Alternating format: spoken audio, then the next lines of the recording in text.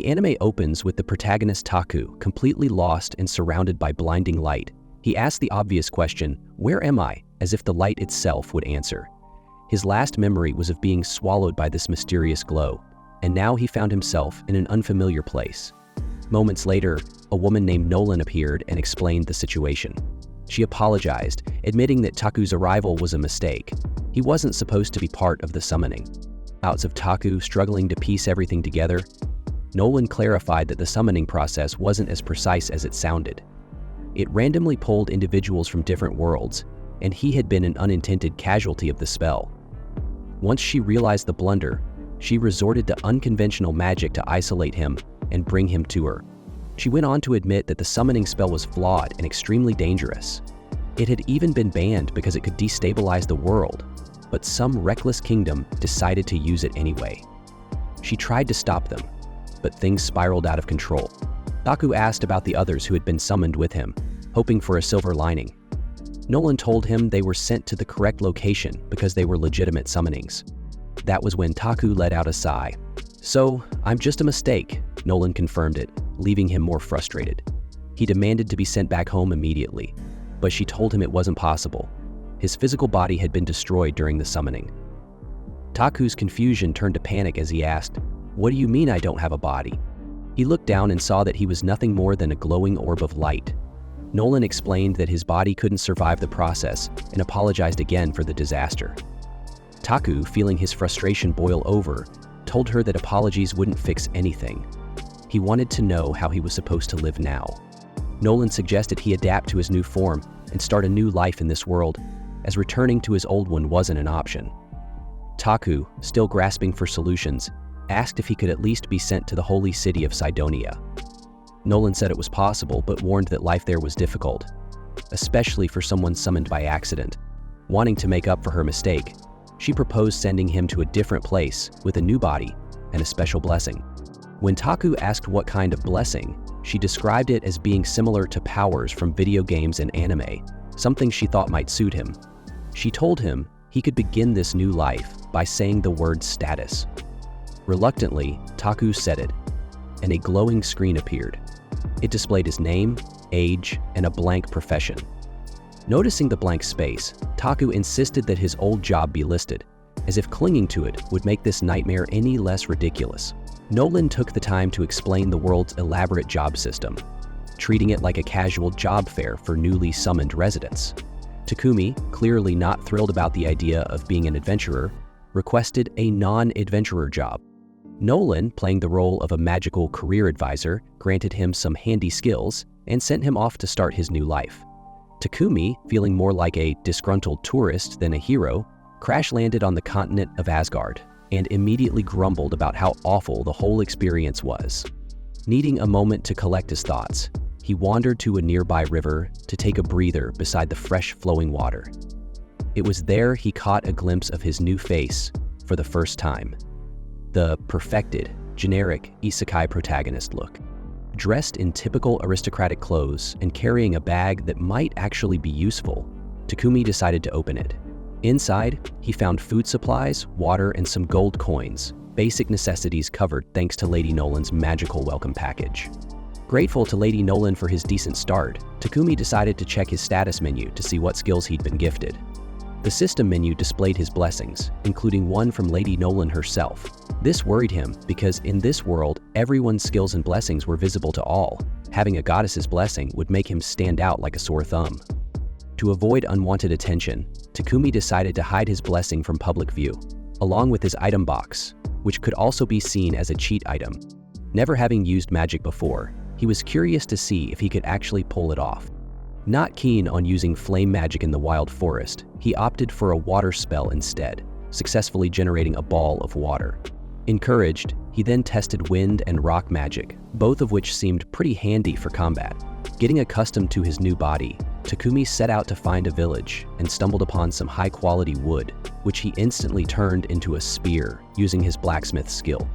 Next, he used his appraisal skill to gather rich medicinal plants, just in case of emergencies, and stored them all in his other dimensional item box.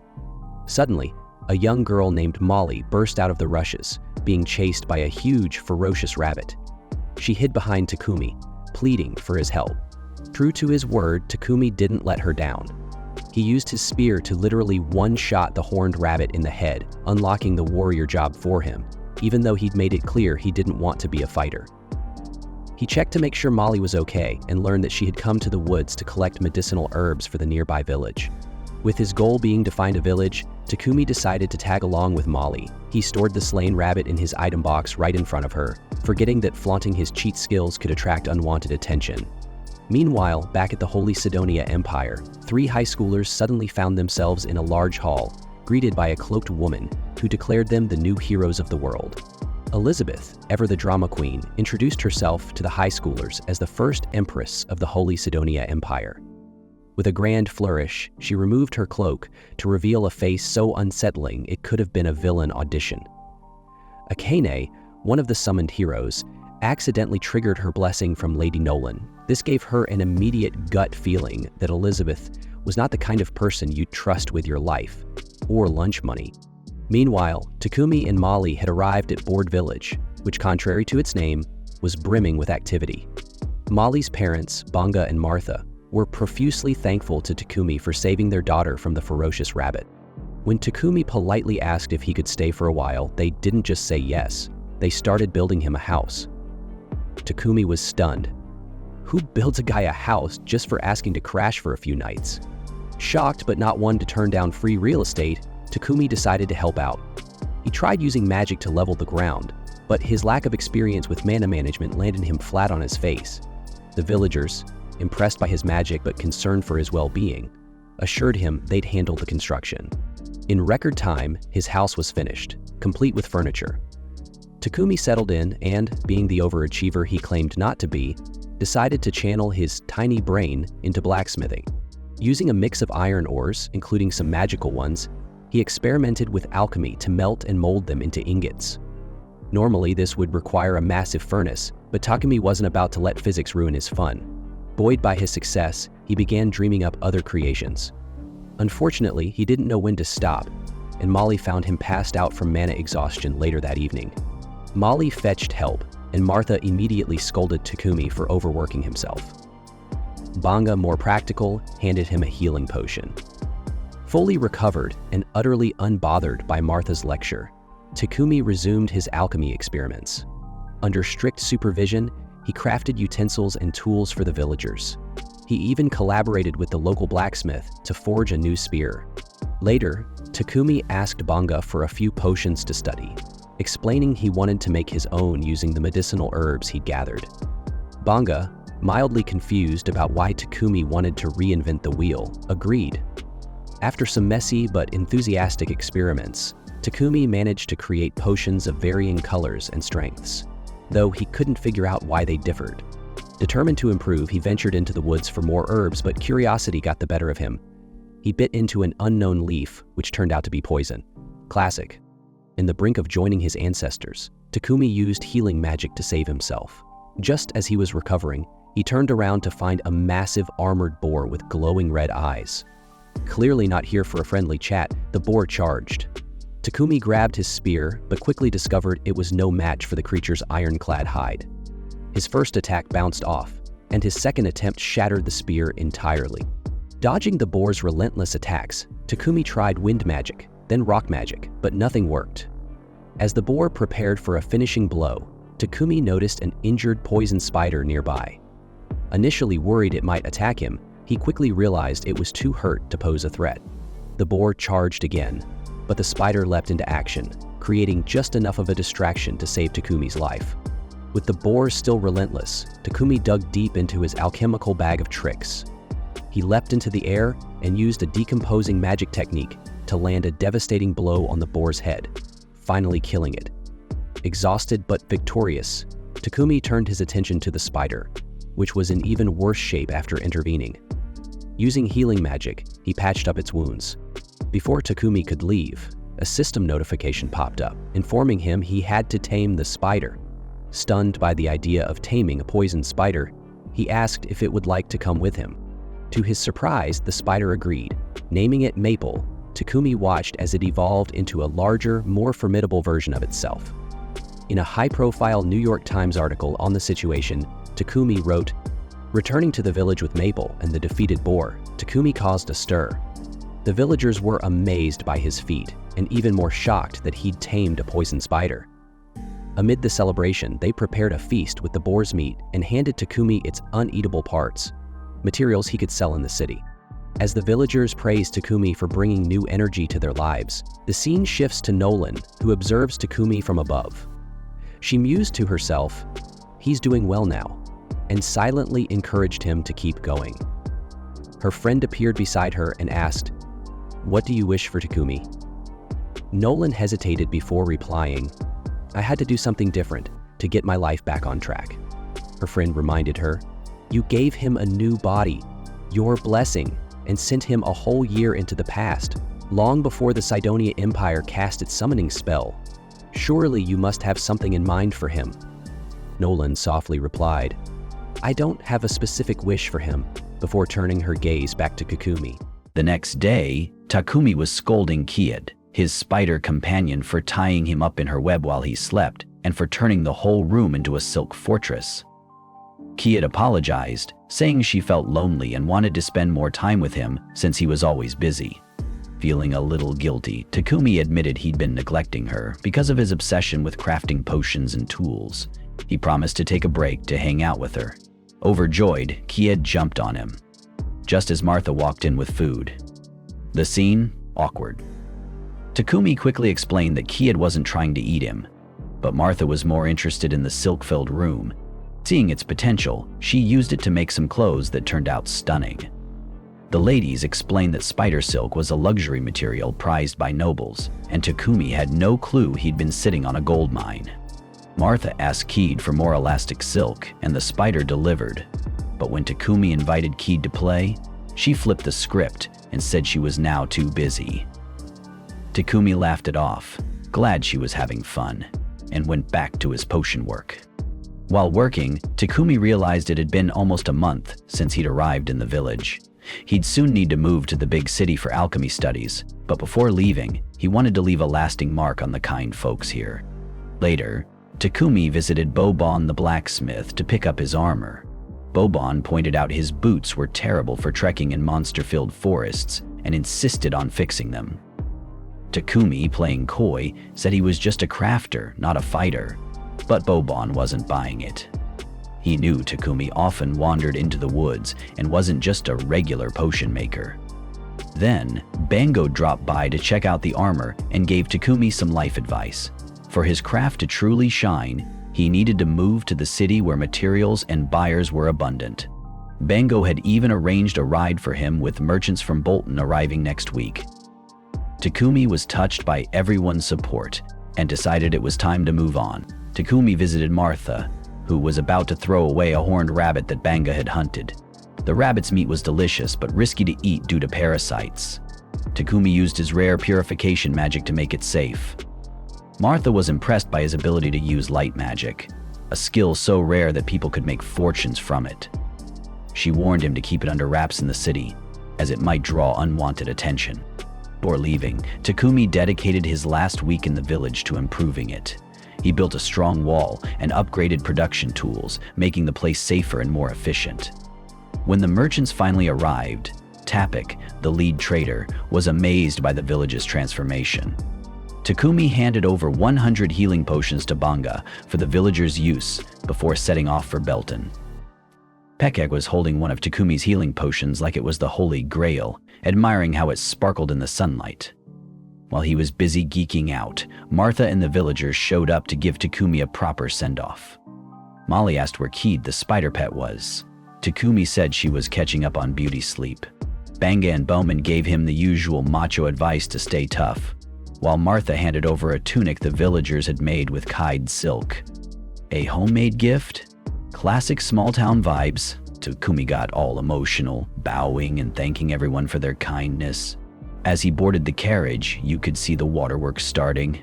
This was the first place he'd called home in Mildgard. A guy in the carriage casually pointed out how much everyone loved him, which, let's be honest, was obvious. The introductions started rolling in. Heth, the leader, kicked things off, followed by Riel, the sass queen, and Bogar, the bald brooding type who said nothing but radiated "don't mess with me" energy. Together, they made up the C-rank adventurer squad, Lion's Fangs, who were there to protect the caravan. Riel complained about how boring the trip was and said she was praying for a monster to spice things up. Riel noticed Takumi clutching his bag like it held state secrets. Naturally, she got nosy, and Takumi admitted it held Keed, his assassin spider. Riel, being the fearless type, peeked inside, and boom. Keed went full attack mode. Afterward, the spider cozied up to Bogar, who surprisingly didn't freak out and just held her like a kitten. Meanwhile, Pepik and the others asked Takumi about buying more of his magic potions, which seemed to be the real MVPs of this trip. Suddenly, the carriage stopped. Pepik looked like he'd seen a ghost, and the adventurers grabbed their weapons. Turns out, a horde of goblins had decided to crash the party. Riel finally got her wish and started sniping goblins from a distance, while Heath and Bogart jumped into the melee like pros. Meanwhile, two sneaky goblins tried to flank the carriage, but Riel wasted no time turning them into pincushions. After the fight, Riel suggested dissecting the goblins to collect their magic stones. The journey went smoothly after that, and 3 days later the caravan rolled into Bolton, the bustling city of Barkala. Takumi was wide-eyed and amazed. It was his first time in a big city, and everything felt shiny and new. Wasting no time, he headed straight to the Adventurers Guild with Lion's Fangs, who needed to report that their escort mission was a success. Takumi starts off needing to register at the Adventurers Guild so he can stay in the city, which includes officially listing his pet spider, Kaid. At the desk, he asks if there's an Alchemist Guild instead, but no luck. The receptionist tells him most people join the Adventurers Guild just to get an ID card. If Takumi's okay staying at the lowest rank, his registration won't expire, and he can do one easy quest per month. Not a bad deal for 0 effort, so he signs up, spider and all. Next, Takumi heads to Pepik's company to negotiate a deal for 100 potions. Pepik offers 10 silver coins per basic healing or stamina potion and 50 per mana potion. Doing some quick mental math, Takumi nearly faints. It's the equivalent of 7 million yen, and Pepik even says he gave him a beginner's discount because he's new in town. Takumi feels like this deal is too good to be true, but doesn't see any obvious scam signs, so he rolls with it. Pepik then asks about Takumi's living situation, suggesting he'll need a proper workshop if he's serious about potion production. Takumi admits he's broke, but Pepik insists on showing him a rental property. He sends his employee Thomas to escort Takumi to the place. Cue the shock. Takumi finds himself staring at a mansion and absolutely loses it, never imagining he'd live somewhere this fancy. Thomas casually drops the rent, 1 gold and 50 silver per month, way cheaper than Takumi expected. Takumi jokes that the place must be haunted, but Thomas assures him it's perfectly normal. Takumi spots a storage room he could use as a workshop and figures his potion profits can cover the rent. As Keed wakes up and asks where they are, Takumi tells her this is their new home. When Thomas asks if he's decided, Takumi agrees to take it. They finalize the deal, and Thomas promises to have everything ready for the move the next day. As they leave, a horrible smell hits Takumi. Thomas explains it's the city's sewer problem. Nobles use magical purification devices in their homes, but commoners just have to deal with the stink. Those devices are rare and expensive, dug up from dungeons or ancient ruins. Priests sometimes help purify the sewers, but it's just a temporary fix. The next day, Takumi moves in and sets up his workshop, postponing wall repairs for now. Instead, he focuses on crafting something crucial, a proper toilet. Using quartz and clay from Pepik's company, he mixes molds and uses magic to speed up the drying and firing process. After draining nearly all his mana, he levels up his alchemy and light magic and finally installs a top-notch magical toilet that purifies waste. Exhausted but proud, Takumi takes a moment to celebrate. Of course, peace doesn't last. Pepik shows up shouting for help. Turns out, Keed has cocooned the poor guy in spider silk. She insists it's a friendly welcome, but Takumi explains that only kids back in his village found that kind of prank funny. Pepik, oddly enough, seems to like the silk's texture. After freeing the merchant and apologizing, Takumi shows him the bathroom. Pepik is blown away by the magical toilet, which purifies waste and leaves only a tiny bit of residue. Papek, impressed by Takumi's magical toilet invention, asks if the young man has a knack for light magic. Takumi, remembering Martha's warning to keep that under wraps, asks the merchant to keep it a secret. Papek agrees but wastes no time ordering 100 more of those high-end toilets. Then, he casually suggests that Takumi get a slave contract. Why? Because Takumi's light magic skills are a jackpot, and leaving someone with that much value unprotected is like wearing gold chains in a goblin cave. The idea? A slave would act as both bodyguard and housekeeper, bound by contract to keep their mouths shut about Takumi's talents. Papek drops some spicy lore. According to the Church of the Divine Light, which runs the Holy Empire of Cydonia, people with light magic are seen as chosen ones of God. They'd snatch Takumi up in a heartbeat to profit from his healing magic, especially since purification magic is usually reserved for the rich. Helping ordinary folks like Takumi is practically a crime in their eyes. Papek has plans to help Takumi mass-produce his magical toilets while keeping his name off the radar. But when it comes to the slave idea, Takumi shuts it down, saying he's not about to own a human, no matter how practical it might seem. Before they can argue further, Takumi's guild card starts glowing with a notification. He has 1 month to complete a quest at his level. Realizing how overwhelmed he is, Takumi reluctantly admits he might need some help. Papek asks if Takumi has time that day and drags him to Mulan Co., Bolton's most reputable slave market. While Papek handles some business inside, Takumi steps into the garden and bumps into a woman. Before he can even say hello, she tells him to get lost. Meanwhile, the company owner, Mulan, introduces herself, and Papek explains that Takumi is looking for a servant. Takumi hesitates because in his world, having a servant isn't even a thing. Mulan clarifies that in the kingdom of Barkula, servant contracts are very different from what he might imagine.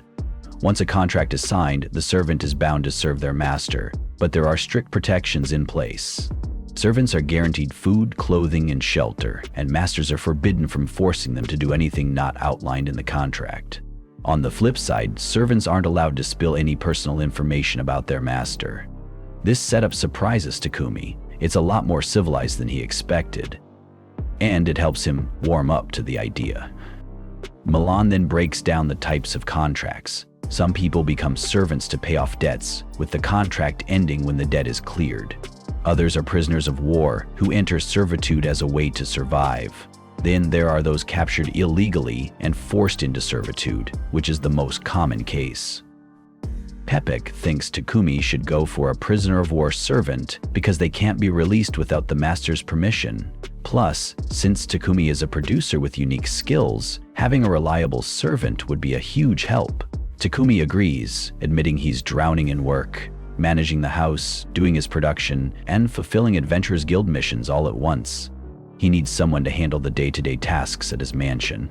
He also points out that he ventures into dangerous areas for materials, so a servant with combat skills would be ideal to accompany him. Mulan picks up on his needs and suggests he might actually need 2 servants. She introduces Jean-Marie, a girl kidnapped by bandits as a child who has no family left. Jean-Marie has been trained in reading, writing, calculations, and all sorts of household tasks. Takumi, feeling a little awkward, scribes his house layout: a living room, dining room, and kitchen on the first floor, and 4 bedrooms plus a bathroom on the second. He asks Jean-Marie if she's up for the job. Without hesitation, she confidently says she can handle it. However, she notices Takumi looks uncomfortable and asks why. Takumi, being Takumi, blurts out that he's confused about why someone as beautiful as her hasn't already been picked by a master.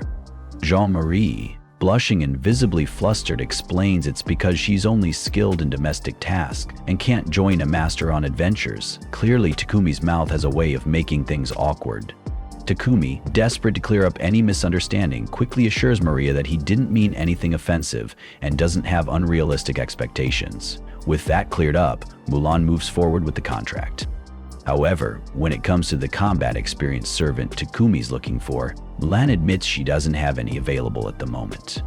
Maria brings up Sophia, but Mulan shuts her down, telling her not to meddle, and sends her off to pack her things.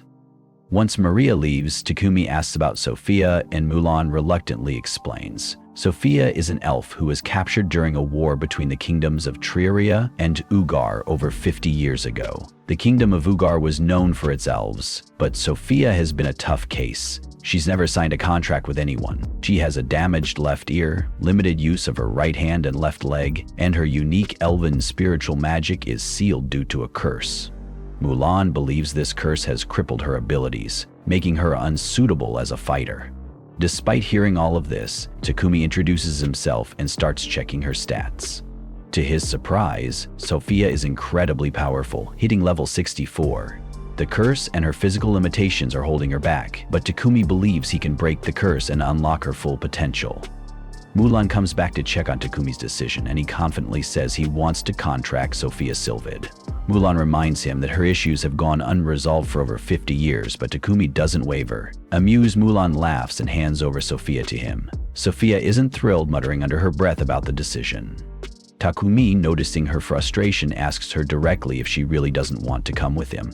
Despite her clenched fists and anger, Sophia coldly replies that a servant's desires don't matter. With the contracts finalized, Maria expresses her gratitude to Takumi for hiring Sophia alongside her. Mulan performs the binding spell to seal the contracts, officially making them Takumi's servants. Maria promises to work hard and remain a loyal servant, while even Sophia reluctantly thanks Takumi, lowering her guard just a little. Mulan comments that she feels Takumi might actually be the right master for the two. When Takumi brings Maria and Sophia home, the moment he opens the door, he's tackled to the ground by Keed, his massive pet spider. Sophia immediately yells for Maria to stay back, ready to protect her from the monster. Takumi tries to calm everyone down, explaining that Keed is his pet. While Sophia eventually understands, she's still confused as to why her new master has a deadly spider lounging around the house. Takumi then shows Sophia a spacious room and tells her the one next door is for Maria. Both maids are shocked to be given their own rooms, with Sophia refusing at first, calling it too luxurious. Takumi insists that there are plenty of rooms for everyone and they should use them. To top it all off, Takumi points out the mansion's bathtub, which everyone can use. Sophia, trying to dodge the bath, suggests that Takumi should go first, but Takumi explains that the tub has a magical device that keeps it clean no matter what. Reluctantly, the servants try out the bath. Maria is overjoyed with her new life, while Sophia quietly processes everything. Maria admits she never thought Mulan would let them leave, as she'd rejected contracts with many wealthy masters before. She acknowledges Takumi as a rare, good master. Still, Sophia isn't fully convinced. She notices that Takumi's contract is missing key details like his birthplace and lineage, making her suspicious that he's hiding something. Later, the two servants are surprised to find dinner already prepared. While it seems like a kind gesture, Maria panics, thinking she's failed her duties since cooking is supposed to be her job. Takumi reassures her that he just cooked this one meal and that she'll take over the kitchen starting tomorrow. Maria insists on at least washing the dishes. After calming her down, Takumi invites everyone to sit and eat. Sophia remarks that it's traditional for masters to eat separately from their servants, but Takumi insists he doesn't want to follow those customs. He even asks them to stop calling him master and just use his name instead. The next day, Takumi picks up a magical parcel from the Pepek business company. While walking back, he notices a church he hasn't seen before. Curious, he enters to thank Goddess Nolan for all the blessings that have made his life so much better. However, he also wants to ask her why she warned him about the Holy Empire of Cydonia, which controls religion in this country. To his surprise, Nolan herself appears and takes him to the skies for a divine Q&A session. She explains that the Holy Empire of Cydonia and its Church of Divine Light have nothing to do with her.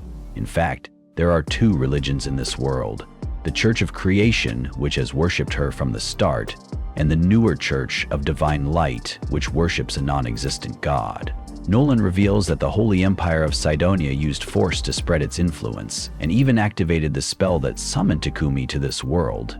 She didn't intervene because she wanted to respect humanity's free will. She warns Takumi that while her blessing will last forever, the part of it that has helped him meet good people and grow quickly will fade over time. From now on, his success will depend entirely on his own efforts. A year later, in the Holy Empire of Cydonia, a leader sits on his throne asking about the summoned heroes. His subordinate reports that the three heroes are training under Homer and Packard. While they were initially reluctant, Elizabeth convinced them to serve the Empire. Meanwhile, Akira and Yamato are honing their sword skills under intense pressure. When Yamato makes a mistake during training, a man mocks him, saying, "Is that all you've got?" This comment triggers Yamato's memory of being humiliated in a past fight by Ippon. Determined not to fail again, Yamato picks up his sword, ready to push forward and redeem himself. Akane gets called for training, but she flat out refuses because, surprise, she hates violence. That's when Elizabeth shows up to spin it as necessary strength to save the world. Akira jumps in with his knight in shining armor act, promising to protect Akane no matter what. Elizabeth lays on the compliments, saying Akane's friends are so inspiring, but Akane isn't buying it. She's convinced Elizabeth is shady and dangerous. Meanwhile, Takumi comes home and, as usual, his overly enthusiastic pet spider knocks him flat. Maria and Sophia rush over to help him pick up his things. But when Sophia reaches for a magical parcel, Takumi yeets it into his item box faster than you can say suspicious, making Sophia even more curious about what he's hiding. Later, Sophia decides to spy on Takumi in his workshop. What she sees is straight up weird. Takumi slicing his own arm with a knife dipped in some mysterious purple liquid and muttering, "Maria is terrible." That's it for Sophia. She bursts into the room, knocks Takumi down, and demands to know what he plans to do with Maria. But mid-rant, Sophia faints. Takumi checks her status and finds out she's exhausted and has an old wound on her hand. Wasting no time, he heals her wound and levels up his light magic in the process. After putting her to bed, Maria explains that Sophia's curse drains her energy from time to time.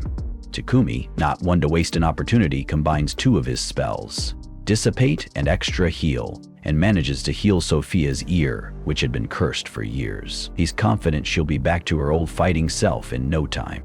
When Sophia wakes up, she tells Maria to run far away from Takumi because she still thinks he's shady, but Maria defends him, saying he broke her curse.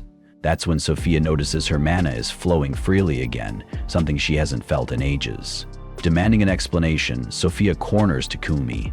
He explains that he needed to level up his light magic to break her curse. The purple liquid she saw earlier? It's a poison made from the Nenum herb, which he got from Paypek. Takumi was cutting himself and healing repeatedly to level up his magic. Sophia also wants to know why he called Maria terrible. Embarrassed, Takumi admits it's because Maria accidentally mixed up and tossed some of his precious medicinal plants. Realizing how much effort Takumi went through to help her, Sophia has a change of heart. She pledges her loyalty to Takumi for the rest of her life, fully convinced he's a master worth following. That's it for episode 3. Thanks for watching my recap. See you in the next video. The following day, Takumi visits a big local library but seems irked. Alchemy seems to be dying, and at this rate, he imagines it is because it is over-reliant on the script of a long-dead magical civilization that greatly limits accurate translations. Luckily, Takumi's reincarnation has granted him the ability to comprehend every language of this world, which is a blessing. Upon getting back home, Maria remarks that she will for sure remember the most adorable moment she has ever seen, which is Sophia on her knees before the boy, as if a knight swearing to guard a princess for eternity. Kate wholeheartedly concurs with the delightful nature of this drama, whereas Takumi is not so happy with getting in the princess role in the tale. Afterwards, the alchemist completes the production of the toilet seats he pledged to Paypek and begins to think about taking a break from crafting. Maria inquires whether he will begin making something else, so he explains to her that he will, but also saying that he is contemplating a meandering trip. He intends to search for extraordinary materials and dishes, touristic places, and even some ancient ruins. Sophia is set to act as Maria's bodyguard while Maria is in charge of the house. Kate is curious about what is her business in this trip, so the owner reminds her that she is a pet, therefore she comes. Getting ready to be left home alone, Maria refuses to be left behind and begs to join her friends, but the master has to remind her that there are too many household duties that need to be done. Maria, having nothing to say, cries out, looking angry and miserable. Attempting to plead to him, the girl begins to argue that being left alone in the mansion would be even less significant than that isolated toilet in a hot desert. Takumi thinks to himself that she always does compare everything to toilets. Which is true, however, it really makes me worried to leave her alone in the house with Tifat's sorrowful expression. In hopes of finding something to make her change her mind, the alchemist firsthand uses his evaluation magic to check Maria's status. It surprises him because she has attributes with unique potential as a warrior, which is precisely what changes the boy's mind. Sophia feels her statement is fortified and brings up that she could train them both to use their powers effectively on this trip, which causes Takumi to finally cave in, allowing the younger maid to join them.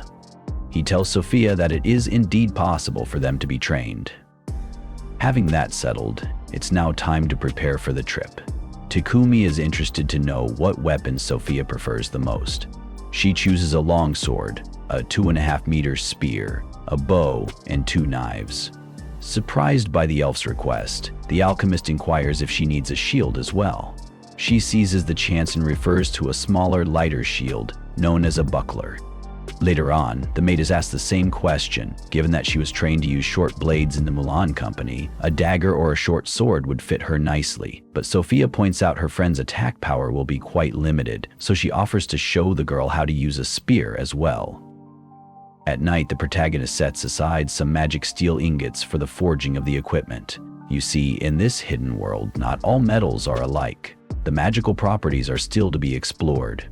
The day after, spear training starts, and Sophia tells Maria to repeat some attacking actions, but now lower with her lumbar.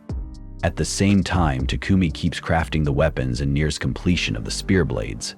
This work drains an incredible amount of his mana, but it also boosts several of his skills and classes. He adds a wing design to Sophia's weapon and flame artwork to Maria's. He then puts attack boosting and self-fixing enchantments on both. He ponders what to do with Maria's knives next. Given her role as a combat maid, he thinks it would be cool for her to keep these knives in sheaths on her thigh. In that moment, despite being far away, Maria gets an odd shiver on her thigh and feels she needs to cover up even though she's already dressed. Let's talk about that clever alchemist and blacksmith again. He needs to figure out the right size for the girl's armor, but he's too shy to ask them, so he comes up with an odd fix. He builds dolls of both girls. It's a bit weird, sure, but the guy feels more at ease working like this, instead of getting the two involved in the whole thing. After that, he thinks it'd be cool to use the shell and leather from the tough giant boar as material, plus fabric made from Cade's threads. For the style, the smart guy chooses to use his power as master to make armor he likes. Right after all the production, Maria and Sophia stand in their new armor. Maria thinks hers is so great she can believe it's real, and the elf points out that the outfit fit her as soon as she put it on. She just can't figure out how Takumi was able to make something that fits them so well. Cade almost lets slip that the guy used dolls, so Takumi changes the topic and stresses that the protection is very good because of the spider web used to make it. Takumi shows the weapons to the two, which are Sophia's sword and Maria's knives. At the end, he gives each a mithril magic ring, which will help them cast spells. Sophia points out, the mana cost must be high for crafting, but the blacksmith clarifies that he also improves his skills while making these items. This benefits him in both ways, as this work allowed him to gain ice and lightning magic. They then go to the Adventurers Guild to sign up the maids as adventurers. They get their rank identity cards, and Takumi uses this chance to register the trio as a group before they leave, intending to take on some ranky missions. Sophia reminds him that such low-level missions won't give him any experience points, but leveling up isn't his aim. In the middle of this, a group of rough-looking men comes over to bother the girls. They tell them to leave this weakling and see the world with real men like themselves. Since they're all rank D, they believe they can look after the girls much better than some pale kid with grandma hair. Takumi moves in front of them and confronts the tough guys, who can accept that such a young boy is attempting to stand up to them. Deep within his core, Takumi is dreading the situation, but he is smart. He puts on an effort to look unbothered as he is practically on the verge of shitting himself. Attempting to be of use, one of the larger kids socks the young lad square in the head, and while this happens, Takumi goes rigid, like his body is constructed out of steel. At this point, a man arrives to calm down the ruckus, and he tells the onlookers if the boy's arm was hurt by the little fellow over there. Takumi begins to unconsciously rub his chin while trying to cater to the knot stuck in his throat. In the meantime, while Maria attempts to argue that the unfortunate kid with the gash was guiltless, the man does not buy into that premise. So Hans, who attended to the group, comes to Takumi's benefit, claiming that it was the large juvenile delinquents that instigated the fight. The employee then informs them that this man is Barak, the master of the local guild. While Barak directs some medics to treat the stupid kid who punched his worker, he allows the kid who was punched to come with him. Once in the office, Takumi is bombarded with questions regarding what transpired, and he returns none, which proves useful. His senses dialed into the event thoroughly, only feeling the aftermath of the deep, dark void he was submerged in. Detecting signs of mana in the scuffle, the receptionist wails, "Have you all used magic?" Takumi is glad that the gentleman could sense the magic, but he does clarify that no magic was used. Rather, he took some coal from the item box and, after synthesizing it to diamond, put on its shape-shifted version, and then put it on his upper body. Nevertheless, Hans sees why Takumi made an initial visit to the guild, searching for an alchemy guild. Takumi is lost on how these people he just enlisted into the guild want to promote, so the employee recommends the team to head to a few missions he would personally set them on to further their ranks faster. All three of them reluctantly agree. Without wasting time, Hans gives the team 3 basic missions.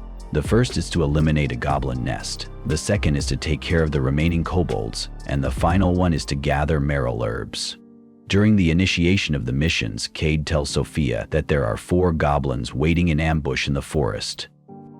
They still have not been able to determine exactly where the final party of goblins are relative to the humans, but Takumi ruminates further and comes to the conclusion that all the missions he took on were rank G, or free classification, and the prize was 5 or 6 silver coins, which is not that bad. The issue is, though, they are encountering far too many goblins and kobolds than what was required. Sophia feels that there is a chance that a camp of those monsters are deployed close by and are led by a goblin general whose rank C.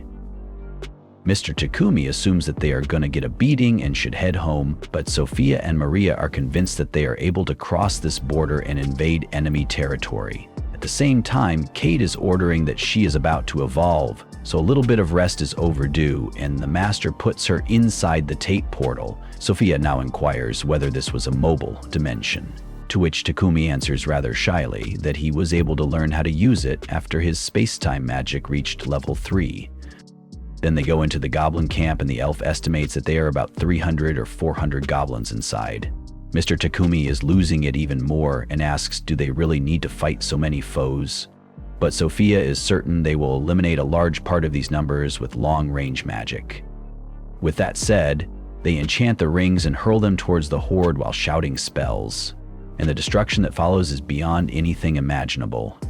As somehow anticipated, the Goblin General and the Goblin Knight suddenly emerge. Finally, no matter how scared he is, Takumi cannot delay any longer and plunges into the monsters using his magic. A few hours later, the party returns to the guild, worn out but content as they manage to complete all the assignments in just half a day. Receiving the news, Hans is taken aback and insists that the members come to meet the guildmaster. Now, Cade pops out of the portal and bluntly punches the master's bald head, flaunting her evolution. Suffice it to say that Sophia and Takumi are perplexed, but Maria is enthralled at Cade currently being in her favorite new phase and is beyond excited that she can finally speak to the redhead. On that note, Barak said he needed D-rank members for an extermination squad. As a final note, Hans tells the group that there are rewards to be distributed, and Takumi has finally earned rank E while the girls in the group are now at rank F. Once they get back home, she asks the master for some fabric pieces so she can fashion some underwear for herself and Sophia. Takumi doubts whether enough panties can be pulled from scraps, but Maria draws an explanation to prove it's not so complicated. Believing it was the norm, Takumi sketches a design for much shorter underwear. Though embarrassed by the idea, Maria insists he should stick with that style. While they're in the middle of this, Cade walks in to announce that Papek has arrived. It turns out Papek fainted the moment he saw the mutant spider, so Cade moved him to the living room to help him come around. After a while, when Papek is back on his feet, the businessman lets them know that Lord Bolton, Marcus Godwin, wishes to meet the Alchemist in order to discuss the magical purification device. Without wasting any time, they rush to the capital, and there the Lord demonstrates his surprise at the effectiveness of the device in stopping plagues and, feeling greatly indebted to Takumi, bows to him. Takumi finds it hard to accept such respect from a person who has so much power, but Godwin has no problem doing that as much as it is required to better his domain. On top of that, Takumi was able to defeat a goblin camp, which even the Knights of Bolton did not. For this reason, the Lord requests Takumi to take extra measures to protect himself, because the loss of the Alchemist would be a great blow to the society. He gives a last warning to Takumi not to relax too much for now, particularly with the possibility of being a target to the Sidonia Sacred Empire. A few days after this adventure, the boy is tired while Cade completes the underclothes he had ordered. He brings those articles to the girls, and they are surprised to learn that Takumi spent 3 days in the workshop making these garments. The girls rush to put them on, and when Takumi thinks they are going to undress, he sprints to his room and locks himself in. Once inside, he thinks he has gone insane just because Nolan's blessing is about to end. He envisions his inner devil telling him the reason he feels this way is because he wants to wear the bra and panties. The inner devil continues to provoke him and makes this claim even further, which in turn makes Takumi scream in terror. The next day, Takumi pulled off the ultimate flex. He invented refrigerators! He proudly explained to the girls that these magical ice boxes would keep food fresh, meaning no more eating questionable leftovers. The ladies were hyped, feeling the cool air coming from the fridge like it was the greatest invention of all time. Takumi, being the genius he is, made the fridges by combining iron, chromium, and nickel into stainless steel, then throwing in some enchanted cooling magic. But sadly, his fridge can't run Halo, so it's still missing one key feature. Maria, however, is over the moon because now she can cook with fresh ingredients anytime. Takumi plans to gift one fridge to Maria and sell the other 2 through PayPal. Once that's done, it's time for his next big brain project. Sophia is already suspicious, asking if he's about to cook up another crazy invention, but Takumi has a different plan: upgrading their gear. After their goblin battle, he realized their weapons could use some fine-tuning, so why not make some shiny new ones out of mithril and adamantite? Takumi heads to the guild to find a blacksmith who can handle these rare metals. Hans, the guild bro, tells him that only dwarves from Namstal can forge that stuff, but they're way too far away. Tough luck. Just when Takumi thinks he's hit a dead end, Hans drops some insider info. There's a city near Barkala with a mithril and adamantite mine. Problem? Only blacksmith guild members can enter. Solution? A totally legal loophole. If Takumi takes a monster extermination quest inside the mine, who's gonna stop him from pocketing some metal along the way? Before Takumi can act on this genius plan, the guildmaster pops up and drops another quest on him: wood gathering. The guild needs more timber for winter, and guess where the trees are? Yep, near the mine. Looks like Takumi just got volunteered for another errand. Oh, and there's more. The guildmaster also wants him to escort someone along the way. Takumi tries to dodge it, asking why the elite squad Lionfang can't handle it. Turns out they're busy, so, like it or not, he's stuck with the job. He asks Hans how long the trip will take. 7 days by regular horse, but only 4 if he rides a monster horse. Takumi is all for the monster horse plan, but plot twist, Lionfang already took all of them. Classic. Right then, Rio rolls up flexing about how he just killed a black buffalo and needs to drop it off before it rots. Since he's staying in town for the night, Takumi invites him over for a bath. Rio is way too excited about this bath offer, proving once again that good hygiene is a rare luxury in fantasy worlds. Takumi still has business with Papek, and Rio tags along. While they're there, Takumi convinces Pampek to lend him a couple of monster horses in exchange for some of the ores he'll mine. Also, Pampek loves the fridge and wants more once Takumi is back. Meanwhile, back at Takumi's mansion, Sophia is getting paranoid because he hasn't returned yet, and she's not the kind of woman to just sit around and wait. That evening, as Takumi and Rio walk back, Rio suddenly senses someone eyeing them with serious hostility. He knows he's outmatched, so he grabs Takumi and bolts. But before they can get away, the attacker catches up and lands a kick straight to Rio's face. Rio enters Sophia, who has apparently gone full yandere mode. She assumes Ryo was trying to kidnap Takumi and is fully prepared to cut him down. Before she can, Takumi jumps in to clear up the misunderstanding. After hearing the explanation, Sophia awkwardly apologizes, and Ryo, despite nearly getting murdered, forgives her. But Ryu is still confused when they reach Takumi's house and he sees even more cute girls. He demands answers. Takumi explains that he needed a maid, Maria, a bodyguard, Sophia, and Maple the pet who randomly evolved. Ryo is devastated. His bro Bogar and Heath both have wives, and even Takumi is surrounded by women while he's still single. Takumi, of course, clarifies that he's not dating either Sophia or Maria. Riel tries his luck by asking Sophia if she'd be interested in going out with him, but she quickly shuts him down. Maria does the same, leaving Riel feeling pretty embarrassed. A little later, we find him sulking in the bath, while Takumi talks to Maria and Sophia about his next mission, mining mithril and adamantite. Sophia agrees that it's a good idea since treant wood is valuable. The group is on board, and Takumi decides they'll head out in 3 days. The next morning, Riel leaves to rejoin Lion's Fang, and Takumi gets to work making new equipment for their upcoming adventures. He gets his hands on a magic-draining tungsten carbide sword. It's already a great weapon, but it's too big to use in its current form, so Takumi decides to break it down. He uses his alchemy skills, but the sword resists him at first, making it a bit of a challenge. Eventually, Takumi breaks it down into 2 blades, each with the ability to drain mana from whoever they cut. He's happy with the result, though it leaves him feeling drained after all the effort. 3 days later, the group meets up with Pepek to get the carriage and head out. They're also joined by a guide named Gambo, who's ready to show them the way. They head to the forest to hunt treants, and Sophia spots one blending in with the trees. Takumi charges forward and takes it down, with Sophia and Maria backing him up. However, there are still plenty more to go. Instead of dealing with them one by one, Sophia suggests using magic, which speeds up the process. But then an elder treant shows up, and it's no ordinary fight.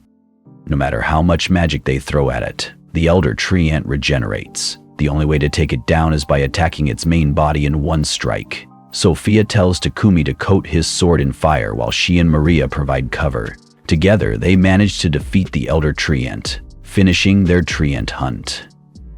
Next, they arrive in Horus and visit the local Adventurers Guild, where they accept a quest to deal with mole monsters in the mines. These moles eat ores, and that's a huge problem. Soon enough, the group finds some mithril and adamantite ore, but their discovery attracts the mole monsters. Takumi has the idea to use light magic to blind the mole as soon as it appears, making the battle quick and easy. Sophia and Maria are a bit disappointed they didn't get to fight, but the mining trip is a success. Afterward, Takumi visits Gambo's shop to learn how to work with mithril and adamantite. He successfully creates some new gear, using magic to imbue the armor with powers that suit each of the girls' elements. Sophia and Maria are impressed with how light and durable their new gear is. Takumi also gives himself an armor enchantment called Thunderclap for increased agility, but when he tries to show off his speed, he ends up crashing face first into a wall. Classic. Takumi also shows off the new weapons he made, and Sophia asks him to make a shield to protect him more efficiently. Takumi agrees, but reminds her that her own life is just as important as his. Meanwhile, Nolan, who's been observing Takumi's progress, is happy with how strong he's becoming. He'll definitely need it for the battles ahead. A year later, Akira and Yamato, the other summoned heroes, finish their training and are sent on a mission by the king of Samander. They look pretty intense, almost too evil for comfort. Back in Takumi's time, he's just finished making the shield for Sophia. She feels a little guilty about how much it drained him and wishes he had someone to help him.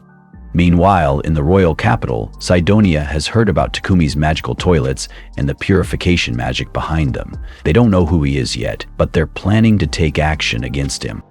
And that's a wrap for this episode. Thanks for watching. In the days that followed, a messenger from Sidonia strutted into the throne room of Barcula, radiating self-importance.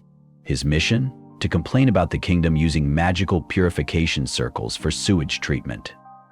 The Church of Divine Light had run to the Pope, insisting only they had the divine right to purify filth. The king of Barcula leaned back on his throne, unimpressed. If your god granted you this magic, surely you can make the purification circles yourselves? The messenger's face twitched. He had walked right into that one. Trying to salvage his dignity, he declared that using sacred purification magic on toilets was blasphemous. The king, having heard worse complaints, merely shrugged. The conversation ended with a dramatic threat. If Barkula didn't comply, all priests from the Church of Divine Light would be withdrawn. "By all means, take them," the king said with a dismissive wave. "Less bureaucracy for me." Takuni heard about this and wondered if angering a major religious institution was wise. Papik, however, wasn't concerned. Barkula wasn't a one-god kingdom. The Church of Creation, devoted to Nolan, thrived. Unlike the priests of Divine Light, who charged outrageous fees for healing, the Creation priests did it almost for free. Curious, Takumi asked who the Church of Divine Light even worshipped. The businessmen exchanged glances before mentioning Anat. Takumi shrugged. Religion wasn't his problem. What was his problem, however, was Papik informing him that the king wanted to meet him. Declining wasn't really an option. Seeing Takumi hesitate, Papik clasped his hands in mock desperation. "Please, my friend, do you want me to have an ulcer?" With no real way out, Takumi accepted. That evening, he informed his maids they'd be heading to the royal capital, Bakalodos. The ladies were ecstatic. It was their first big adventure. Takumi reminded them they had a week to prepare. Maria asked about the journey time. 7 days by carriage, he answered. That was all she needed to hear. She immediately started planning their supplies. Takumi had another idea. He wanted to enchant cloaks for Maria and Sophia with perception-blocking magic, just in case any unwanted attention came their way. He asked Papik to find dark elemental magic stones for the upgrade. At the street fair the next day, Maria casually mentioned that their master seriously underestimated himself. Sophia, agreeing completely, praised Takumi's skills, good looks, and talent. Maria shot her a suspicious look. "Wait a minute. Are you in love with Master?" Sophia nearly choked before making a hasty exit, an escape worthy of a trained assassin. Maria wasn't fooled. That elf had it bad. Meanwhile, Takumi visited the chapel to ask Nolan about this Annette, the so-called goddess of the Church of Divine Light. Nolan, clearly annoyed, scoffed. "There's only one goddess, and you're looking at her. But don't worry, you'll find out soon enough what Annette really means." Takumi had a problem. Cydonia, the sacred empire, was suddenly paying way too much attention to him. He suspected it had to do with Nolan's blessings, but she dismissed the idea. "Nope, they were interested in you from the start," she said. She admitted to using time magic when sending him here, placing him in the world a full year before the other summoned heroes arrived. Takumi, processing this like a bad plot twist, wanted more answers. Nolan pulled the classic divine move, "Oof, time's up," and sent him back without another word. Waking up in the chapel, Takumi grumbled about the goddess dodging his questions. Since he had no plans to meet those other heroes, why stress? Meanwhile, 10 months earlier in Cydonia, those very heroes were sweating through intense training. Back in the present, Takumi decided to spoil his party a little, gifting them enchanted cloaks. The girls loved them. He got carried away, showering them with compliments. Maria's sharp glare snapped him back to reality, and he clapped his hands to his head in regret. Shifting gears, he unveiled his next idea: a custom carriage. Why rent when we can own? The only catch? They needed a monster horse to pull it. Maria, barely holding back laughter, asked if Takumi even knew why Bolton was called the City of Adventurers. He did not. Sighing, she explained that Bolton was surrounded by monster-infested zones, including the Death Forest, where unicorns, purebred horses, and even griffins made regular monster horses look slow. That settled it. They were going to the Death Forest. As they traveled, Takumi wondered if Drake's horses were actually related to dragons. Maria said no, though their scaly bodies and big horns made them look like dragons playing dress-up. A wild wolf sprinted toward them, only to zip right past, ignoring the group. Takumi smirked. "Guess our cloaks work like a do not disturb sign for monsters." Sophia, eager for a fight, ripped off her cloak. "Let's train," Takumi groaned. The elf soon proved her point by one-shotting a giant boar. Maria, thrilled about all the extra meat, was already planning dinner when they stumbled upon a dead Trent. Takumi nearly fist-pumped. "Score! Free high-quoted wood for the carriage." Cade, meanwhile, wandered off and found a wounded dragon mare. When she tried to help, the mare blasted her with a laser beam. Instead of being offended, Cade remembered when Takumi saved her and decided to return the favor. Two giant ants emerged, the real culprits behind the mare's injuries. Cade webbed them up, but the mare fried them anyway. Unfortunately, their whole colony showed up. Thinking fast, Cade threw up a web barrier. Bad news? The ants started eating through it. Worse news? The barrier blocked her telepathic SOS to Takumi. As the ants broke through, Cade hugged the mare and braced for the worst. Then, scene change. Cade woke up to Takumi gently patting her head. Relief hit her so hard she nearly cried. The party explained why they hadn't responded. Her barrier had blocked all mana signals. Oops. Calmer now, Cade explained the mare's condition. Takumi tried to heal her, but the stubborn creature rejected it. Sophia tensed. "Something's coming. We need to move." Cade panicked at the thought of leaving the Drake mare behind, but Takumi reassured her. "Relax. We're taking her with us." He scooped up both Cade and the dragon horse and teleported them to his alternate dimension. Sophia sighed. "You do realize shoving a high-level monster into your pocket dimension without a proper contract is reckless, right? Not to mention the ridiculous strain it's putting on your body." Takumi, ever the stubborn one, waved her off. "Nah, I'm fine." And then, like a drunk trying to prove he's sober, his knees buckled and he face-planted into the ground. He reached for a potion to recover, but his trembling hands fumbled it. Before he could even swear, he was out cold. Half a day later, Takumi was still unconscious in bed. Sophia observed him with concern. Even in his sleep, he's keeping that dimension running. If Cade doesn't pull the dragon mare out soon, he'll shrivel up like an old raisin.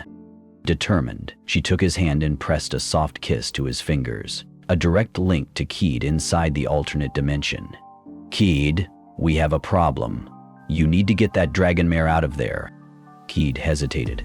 "But if she suddenly pops up in a new place, she'll panic and wreck the place." Sophia sighed. "Well, if you don't, Takumi might actually die. So, how about setting up another barrier like the one in the forest? That way, she won't see the surroundings and won't freak out." Cade mulled it over before nodding. "All right, leave it to me." With that settled, Sophia turned to leave, but Maria stepped in. "Where are you going?" "Epic Company. I need to buy medicinal herbs for monsters." Maria smirked. "Nope, you stay here and take care of our unconscious idiot. I'll handle the shopping." Meanwhile, in the great void of unconsciousness, Takumi started to feel warmth in his left hand.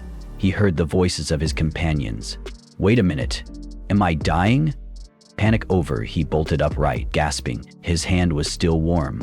When he looked down, Sophia was holding it. Her face flashed from surprise to relief. Maria, peeking through the door, giggled.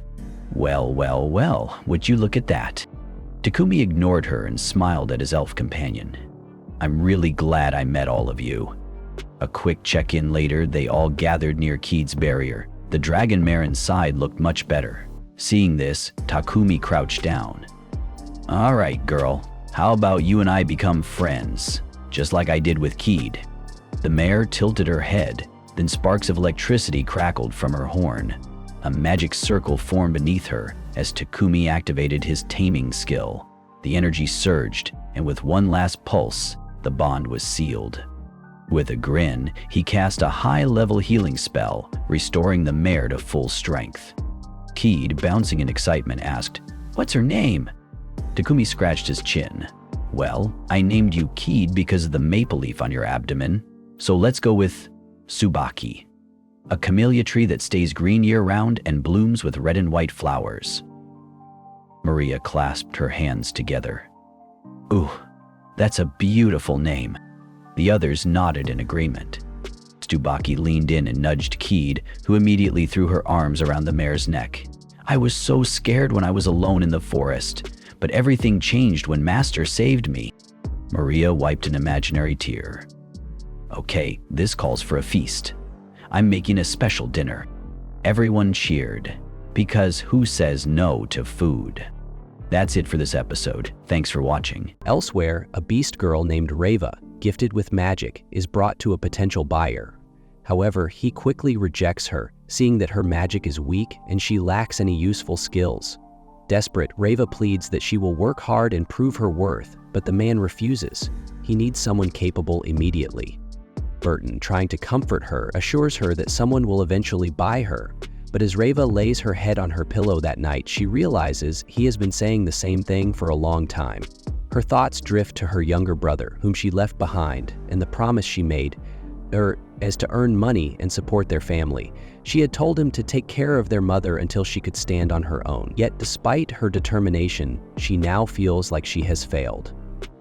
Meanwhile, Maria and Sophia urge Takumi to take a break, but he brushes off their concerns and continues working. At the guild, Hans informs him that an unknown creature has been spotted in the city.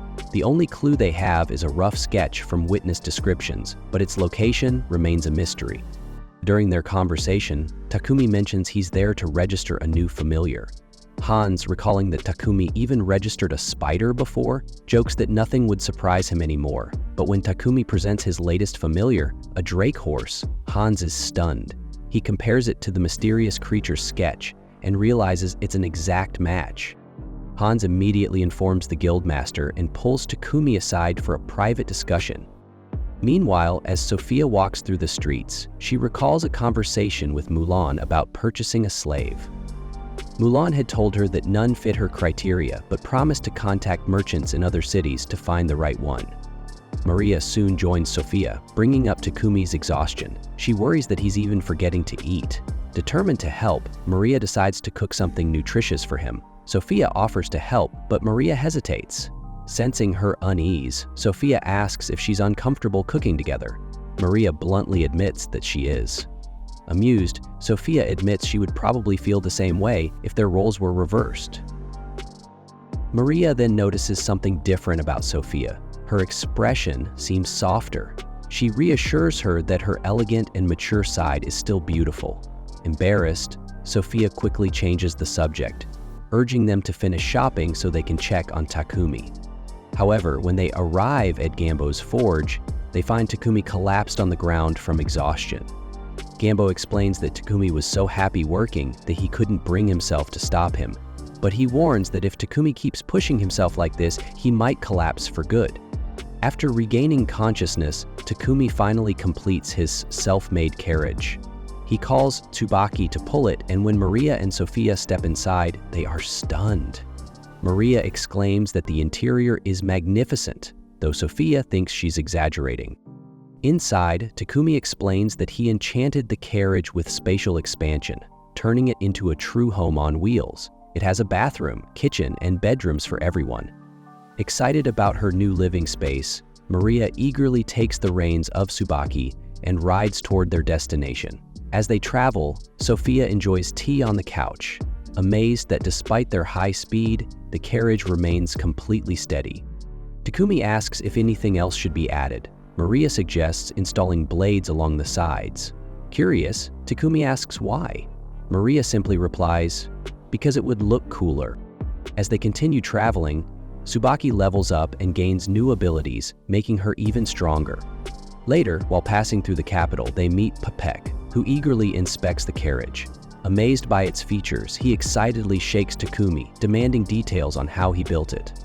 Seeing Papek getting carried away, Godwin steps in and tells him to calm down. Papek apologizes and Godwin praises Takumi's craftsmanship, even hinting that he would love to own such a vehicle. Dropping all subtlety, he offers to buy one for 100 platinum coins. Takumi quickly calculates, 100 platinum coins equal 1 billion yen. With that, their journey continues toward the royal capital, Biquilatos. As they travel, Godwin speaks of Takumi's incredible achievements and predicts he will accomplish even greater things in the future.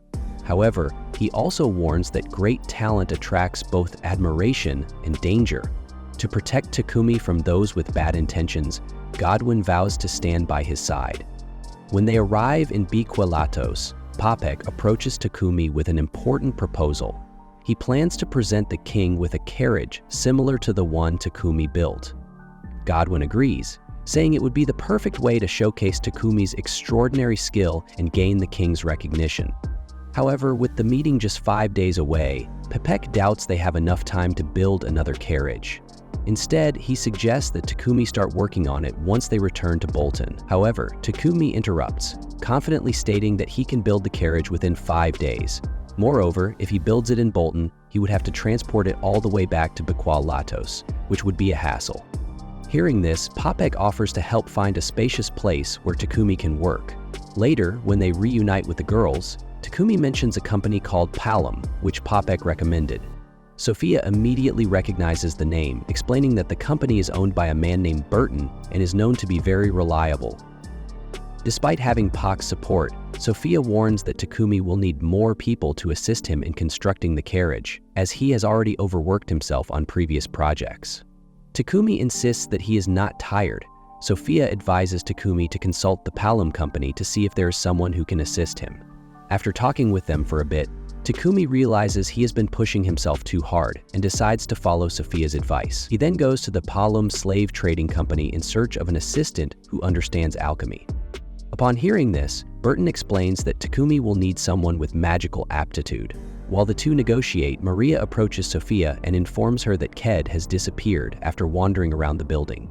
Concerned, Sophia goes looking for her and suddenly comes across Rav collapsed on the floor.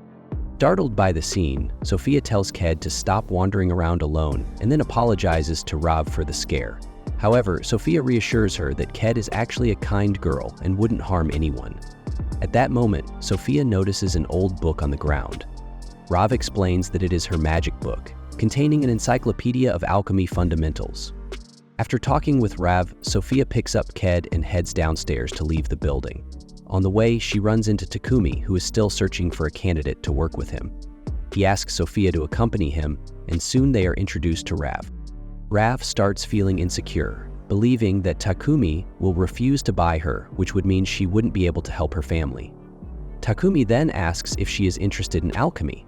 Excited, Rav eagerly nods, but then lowers her head, remembering that she still can't practice alchemy. Sophia tells Takumi that Rav has been learning different types of magic on her own, which proves her determination. She also mentions the alchemy book Rav was carrying. Upon discovering what book it is, Takumi decides to test her. He hands her a drawing of a magic circle and asks what it does. Seeing this as an opportunity to prove her worth, Rav tries her best to answer but ultimately admits she doesn't know. Feeling defeated, she starts crying, believing she has failed once again. However, to her surprise, Takumi extends his hand and tells her that he would love to have her by his side. They finalize the deal, and Rav asks Takumi to send all her earnings to her family.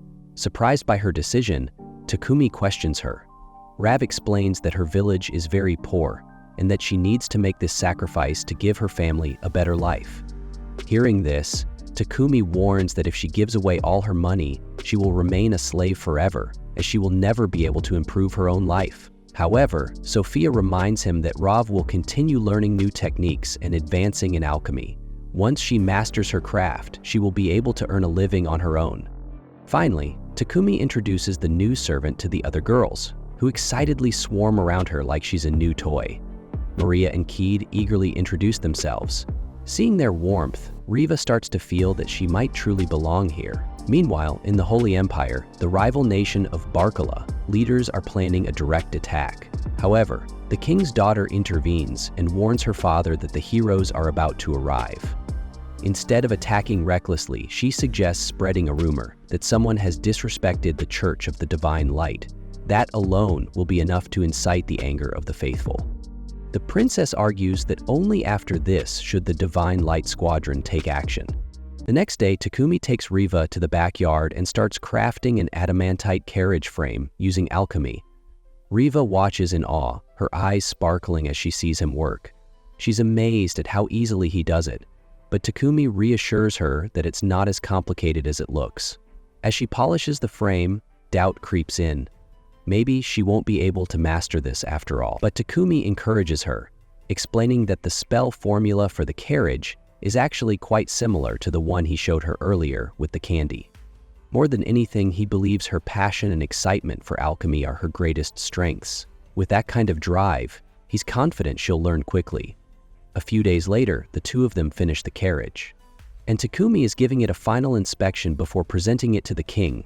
That's when an old man shows up and asks if the carriage belongs to him. Takumi casually replies that it's a gift for the king and that he built it himself. The old man nods in approval, saying that Takumi is even more impressive than the rumors suggest. Takumi, surprised that people are even talking about him, asks the old man who he is. Before he can answer, Pipik and Godwin come running, shouting in panic, because that old man is none other than King Lobos himself. Takumi instantly freaks out, realizing he's been talking so casually to the king. But King Lobos just laughs and tells him to relax.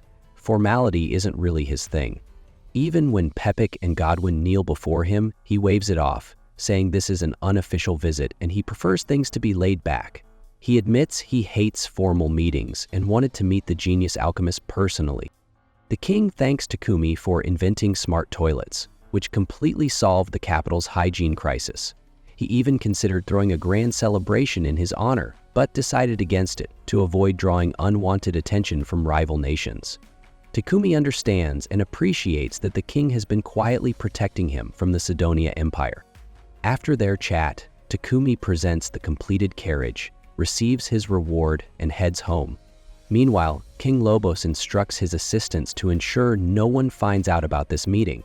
His assistant agrees, but warns that once they start exporting Takumi's unique magic devices, his fame will be unavoidable. A few days later, Takumi finalizes the purchase of his house from Paypak, making it officially his. Now that his living situation is settled, he decides it's time to discuss wages with Maria and Sophia. However, both girls refuse to take any payment, saying that Takumi already provides everything they need, plus a little pocket money now and then. Takumi isn't happy about this. It makes him feel like a greedy boss exploiting free labor. He insists they think about their futures, especially for when their contracts end. Sophia, being an elf, simply states that she'll outlive him anyway and plans to spend the rest of her life guarding his grave. Maria, on the other hand, says she just wants to live one day longer than Takumi so she can be buried right next to him. Takumi is left speechless by their devotion. Meanwhile, over in the Empire of Sidonia, one of the princess's spies has managed to get their hands on one of Tumi's purification devices, and she is disgusted that someone would dare to replicate holy magic instead of paying them. Princess refuses to let this stand, and she knows that these purification devices originated from the city of Bolton, so she intends to send a small unit to destroy whoever is producing the devices. The next day, Riva tells Takumi she wants to register as an adventurer so she can level up and be more useful to him. Takumi agrees. It's a solid plan. He gets her registered, and the receptionist even arranges for a portion of her wages to be sent to her family every month. The receptionist also reminds Takumi that he still hasn't chosen a name for his adventuring party, considering they're among the strongest members of the guild. Takumi protests that he isn't really an adventurer and doesn't have any interest in it. Unfortunately, the guildmaster overhears this and decides on the spot that Takumi needs proper training, whether he likes it or not. Training in this case turns out to be nothing more than the bald guildmaster beating the living daylights out of Takumi while Riva watches in horror. As the beating continues, the guildmaster demands Takumi come up with a party name. Every time Takumi suggests something cringeworthy like Diddy Party, he gets launched into the sky. By the end of the day, Takumi limps home, completely battered and bruised, and begs the girls to help him come up with a decent party name so he can escape Baldi's torture tomorrow. Maria and Riva offer terrible suggestions, ones Takumi is sure will only get him beaten worse. Meanwhile, Sophia is furious at the guildmaster for leaving Takumi in such a sorry state. She declares she's going to teach the old Baldi a lesson. But Takumi stops her, admitting that despite everything, the training did help him level up some useful skills. With his body aching but his spirit slightly lifted, Takumi sighs, realizing that life as an alchemist in this world is never going to be peaceful. Sophia takes a deep breath and finally calms down. but Takumi knows his problems aren't over yet. 10 months have passed since Takumi got summoned, and the other heroes are currently busy with their training. Yam's combat prowess has been steadily improving over time, so much so that he is now overpowering the knight in charge of training him. However, Akira sits on the sidelines and mocks Yam because he thinks Yam's aggressive fighting style would never work in real combat. Akane reminds Akira that his fighting style is just as aggressive as Yam, but Akira says he's the main character, so he is naturally a better swordsman anyway. He asks if Akane wants to come back to his room with him for a different kind of training. But Akane ignores him and turns to head back to her room ever since they got here. Yam and Akira seem to have changed for the worse, and she doesn't know why. She has been trying to figure out as much as possible about Sidonia and its goddess Anat to figure out what's going on. But so far, all she's found is the doctrine of the Church of Divine Light. Their doctrine preaches absolute human supremacy and treats all demi-humans as slaves. But on the other hand, she managed to learn a bit about the Church of Creation that worships Melon, and it treats all humans and demi-humans equally. However, Sidonia is dominated by the Church of Divine Light, and if they summon her and the others as heroes to bring world peace, that kind of shudders to think about what the royal family here intends to have them do back too. The next day, he gives Riva a magic ring to help her cast spells faster, and a staff to boost her magic power. He also hands Maple a pair of Wolverine-style claws, so she's armed too. Just as things seem to be settling down, the Guildmaster shows up again to continue Takumi's training. And by training, that means slamming Takumi to the ground every time he suggests a lame party name. Takumi's worried that Sophia might snap and end the old guy's career, but plot twist, she actually sides with the Guildmaster. She crosses her arms and tells Takumi to stop whining and fight back properly. Betrayed, but with no choice, Takumi endures the brutal training session. Later, they head to the guild where the receptionist gives them an escort mission. Takumi isn't too sure if they can handle it, but his team is fired up since it could help them rank up, so he agrees. They set off, guarding a senior executive from Papik's company. Along the way, the merchant explains that they're heading to a town famous for its dairy products to sell purification devices. Takumi is surprised to hear that dairy products exist in this world. Before he can think too much about it, the girls sense danger. Up ahead, a battle is raging between unicorn wolves and goblins. Maple, being Maple, decides to end the chaos immediately and has Camellia zap everything with lightning. Problem solved. A couple of days later, they arrive at their destination. While the merchant handles business, Takumi and his crew explore the town and try some dairy-based dishes. He orders a cream stew that reminds him of Earth. Later that night, they eat grilled cheese sandwiches, and nostalgia really starts hitting Takumi. Now he's craving rice. Sophia mentions that something similar exists, but it's not produced in their country. When Maria casually adds that it was available in the capital, Takumi is devastated. He missed his chance. Sophia, confused, asks why he's so obsessed with rice. Since he can't exactly tell her that he's Asian, he just says he's heard great things about it. Then he turns the question on her, asking if she ever misses her hometown or the food she grew up with. Instead of answering, Sophia just kneels down and starts licking his boots. Figuratively, of course. She says that for years she was cursed and locked away, but Takumi freed her and gave her a new life. She doesn't dwell on the past because she's enjoying the present, and she's excited about what the future holds. Her words spark an idea. Takumi remembers how coming to this world gave him a new life too, and it was the goddess Nolan who made it possible. He asks the girls how they feel about naming their party Wings of Nolan. Everyone loves it. It sounds powerful and cool. 2 days later, they finish their mission and return home late at night, but the moment they step inside, Takumi feels something is off. His body weakens instantly. Poisonous gas. Before they can react, assassins attack, capturing the girls. Takumi is in trouble. He can't fight back, and one of the assassins moves in for the kill. But they forgot about one thing, Maple. She was hiding in the pocket dimension and jumps out at the last second, disarming the assassin and giving Takumi the chance to take him down. The second assassin ditches the hostages and charges at Takumi, but he also gets knocked out in seconds. Once the fight is over, Takumi heals the girls and clears the poison. Luckily, no one was seriously hurt. Then Maple casually drops a bombshell. She spotted more assassins earlier while taking Camellia to the stable and already trapped them in cocoons. Turns out she had the situation handled before it even started.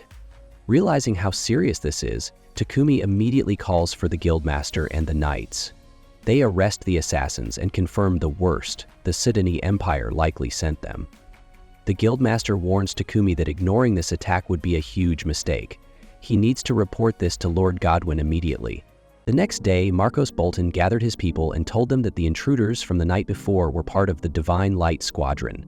This group worked for the Divine Light Church, hunting down anyone who dared to challenge its rules. They had been sent by the Holy Empire of Sidonia to assassinate Aruma Takumi for inventing a magical device that purified sewage. Takumi thought back to how things used to be. Before his invention, only light magic could purify the sewage treatment tanks, and priests from the Divine Light and Creation churches took turns handling it. The Creation Church did it for free, relying on donations, but the Divine Light Church charged a hefty fee. According to Burek, Takumi's invention was a direct threat to their main source of income. Because of this, some alchemists suggested hiding in another nation for a while. However, Godwin believed Bolton was safer since many people there supported the Creation Church. To stay cautious, Galahad ordered surveillance at the city's gates, and Burek advised everyone to be careful while going out. Takumi, feeling uneasy, admitted he was considering taking a break from missions until the danger passed, but the guild leader shut that idea down immediately, reminding him that his team was among the top 5 in the region and his absence would hurt the guild. Takumi knew his life was at risk too, but no one seemed to care. At least, Sophia vowed to protect him with her life, and Burak promised to train him in self-defense. After the meeting, as the group rode in their carriage, Takumi reflected on how the Divine Light Church was now hunting him, putting Sophia, Maria, and Riva in danger. When they arrived at the Bolton Guild, they officially registered their team name as Wings of Nolan. Hans thought it was a fitting tribute to the goddess. Meanwhile, the guild clerk informed them that word had spread fast about the attack on Takumi's home, and that there was now a bounty on his head, making him a tempting target for adventurers willing to work outside the guild's rules. That night, back home, the team worried about another attack from the Divine Light Squadron. Takumi felt guilty for endangering them, but they assured him they were ready for any threats and wouldn't make the same mistake again.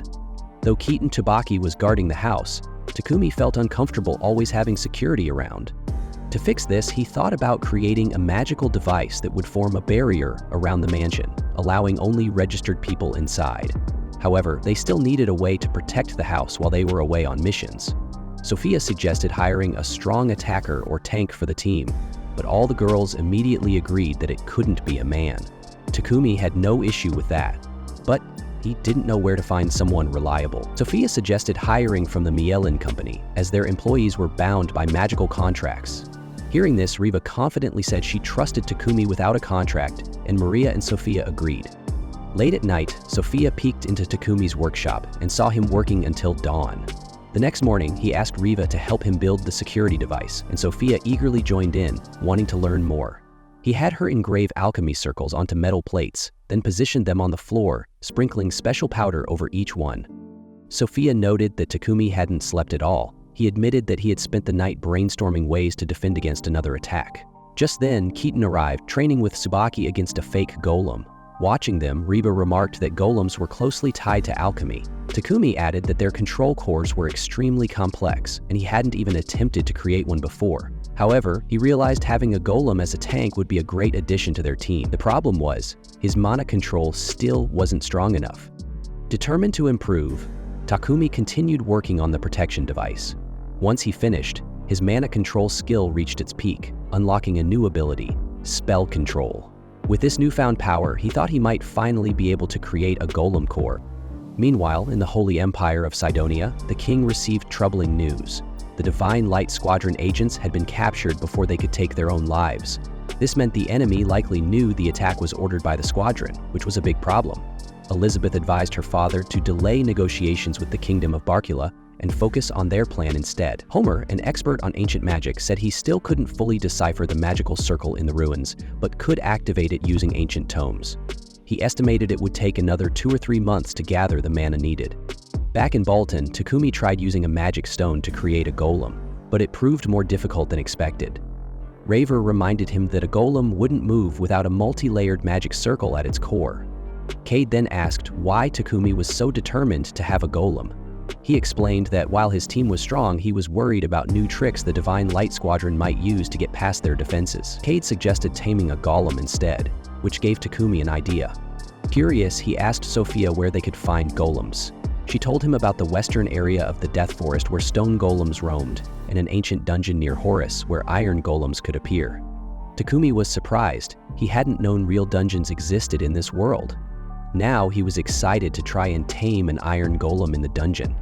Sophia warned him that entering a dungeon without a tank or attacker would be reckless, which embarrassed Takumi. He hadn't thought of that.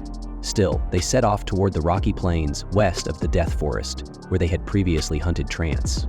Eventually, they encountered a massive stone golem wandering the area. Takumi was amazed by its sheer size and power. Sophia said they were lucky to find one, as it was likely a Guardian-class golem from the ruins. If they wanted to defeat it, they had to target the magic stone in its chest, which controlled its movements. However, Takumi had no intention of destroying it. Just then, the golem twisted its head completely backward and blinked in a creepy way, startling the group. They hid, unsure if it was about to attack or just scanning for enemies.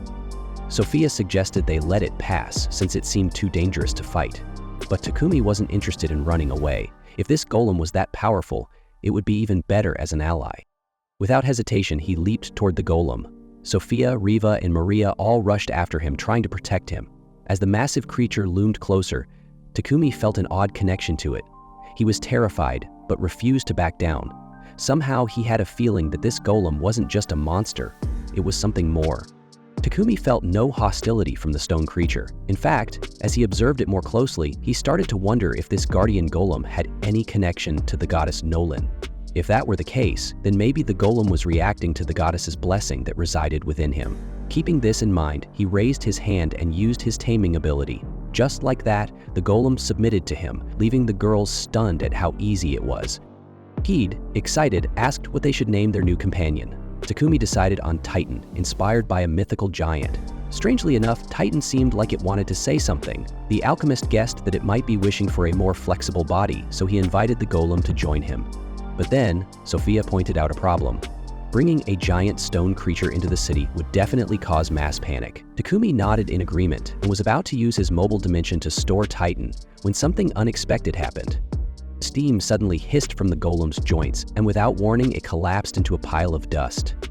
Once the smoke cleared, a much smaller version of Titan stood in its place, as if it had shrunk itself. Cade was absolutely thrilled by its tiny and adorable form and begged Takumi to make it talk. Takumi chuckled and promised to work on it. Meanwhile, months had passed since Akira and Yamato had arrived in Cydonia. They had become so strong that they could now defeat their trainers, and with their power came a growing arrogance. One day, Akane saw them flirting with several women from the kingdom, who were eager to get even a moment of attention from the nation's heroes. She found their behavior disgraceful, but when she called them out on it, they just laughed and accused her of being jealous, especially since she had been so cold toward them lately. Back in the present, Takumi was focused on designing a new body for Titan. As he finished sketching, he couldn't wait to begin crafting it, but first he needed to settle an important matter. Gathering his companions, he told them something shocking. Enemies were after him, and by staying with him, they would be in constant danger.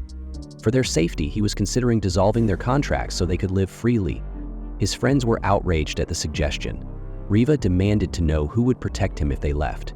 Takumi reminded them that he had already tamed Titan, and that Kid and Tsubaki were still his loyal pets and bodyguards. To make sure they wouldn't be left struggling, he also promised to pay them all a fair sum for their service up to this point. Maria, who had been listening quietly, suddenly stood up. She pointed her spear at Takumi and firmly declared that if he wanted to dissolve their contracts, he'd have to get through her first. Takumi hesitated. He couldn't bear to put his precious friends in danger for his sake. But Maria argued that proving their worth meant standing by his side. They were the wings of Nolan, she reminded him, his wing, and if he lost them, he would never fly again. Tears welled in her eyes as she spoke. Sophia added that, although Takumi thought he was protecting them, what he had said was the cruelest thing they had ever heard. Hearing this, Takumi recalled the day he first met Maria, how she had vowed to stay with him for years to come, just like Riva and Sophia, who had sworn their loyalty. Realizing his mistake, he apologized He admitted that he had been pushing his own feelings away, afraid to acknowledge how much they meant to him. With newfound determination, he asked them to stay by his side. Without hesitation, they reaffirmed their loyalty, vowing that their journey together was just beginning. They belonged to him, and he to them. Soon after, Takumi revealed Titan's new armor. Its brilliance nearly blinded them, and when Titan finally spoke in its new voice, it expressed its joy at its new body. Takumi had used adamantite for its skeletal structure and mithril alloys for the armor, creating an incredibly powerful form equipped with a mace, a shield, and more. But there was one more surprise. Takumi dismantled an old shed in the backyard, unveiling a hidden hangar. Inside was a massive version of Titan's armor. He explained that if the smaller Titan fused with the larger one, it would become the Great Titan. The golem docked with the giant frame, and when everything worked flawlessly, Takumi felt a deep sense of accomplishment. Watching from above, Nolan couldn't help but smile. "That kid is really letting loose," she mused. However, her peaceful moment was interrupted by another goddess who brought troubling news. Traces of Annette's existence had been discovered. Though she wasn't supposed to exist, years of faith from the Divine Light Church had made it possible. Worse, Annette was on the verge of becoming an evil spirit. Since Cydonia was behind the summoning of heroes, war was likely brewing on the continent. Nolan knew conflict was inevitable, but she couldn't interfere directly.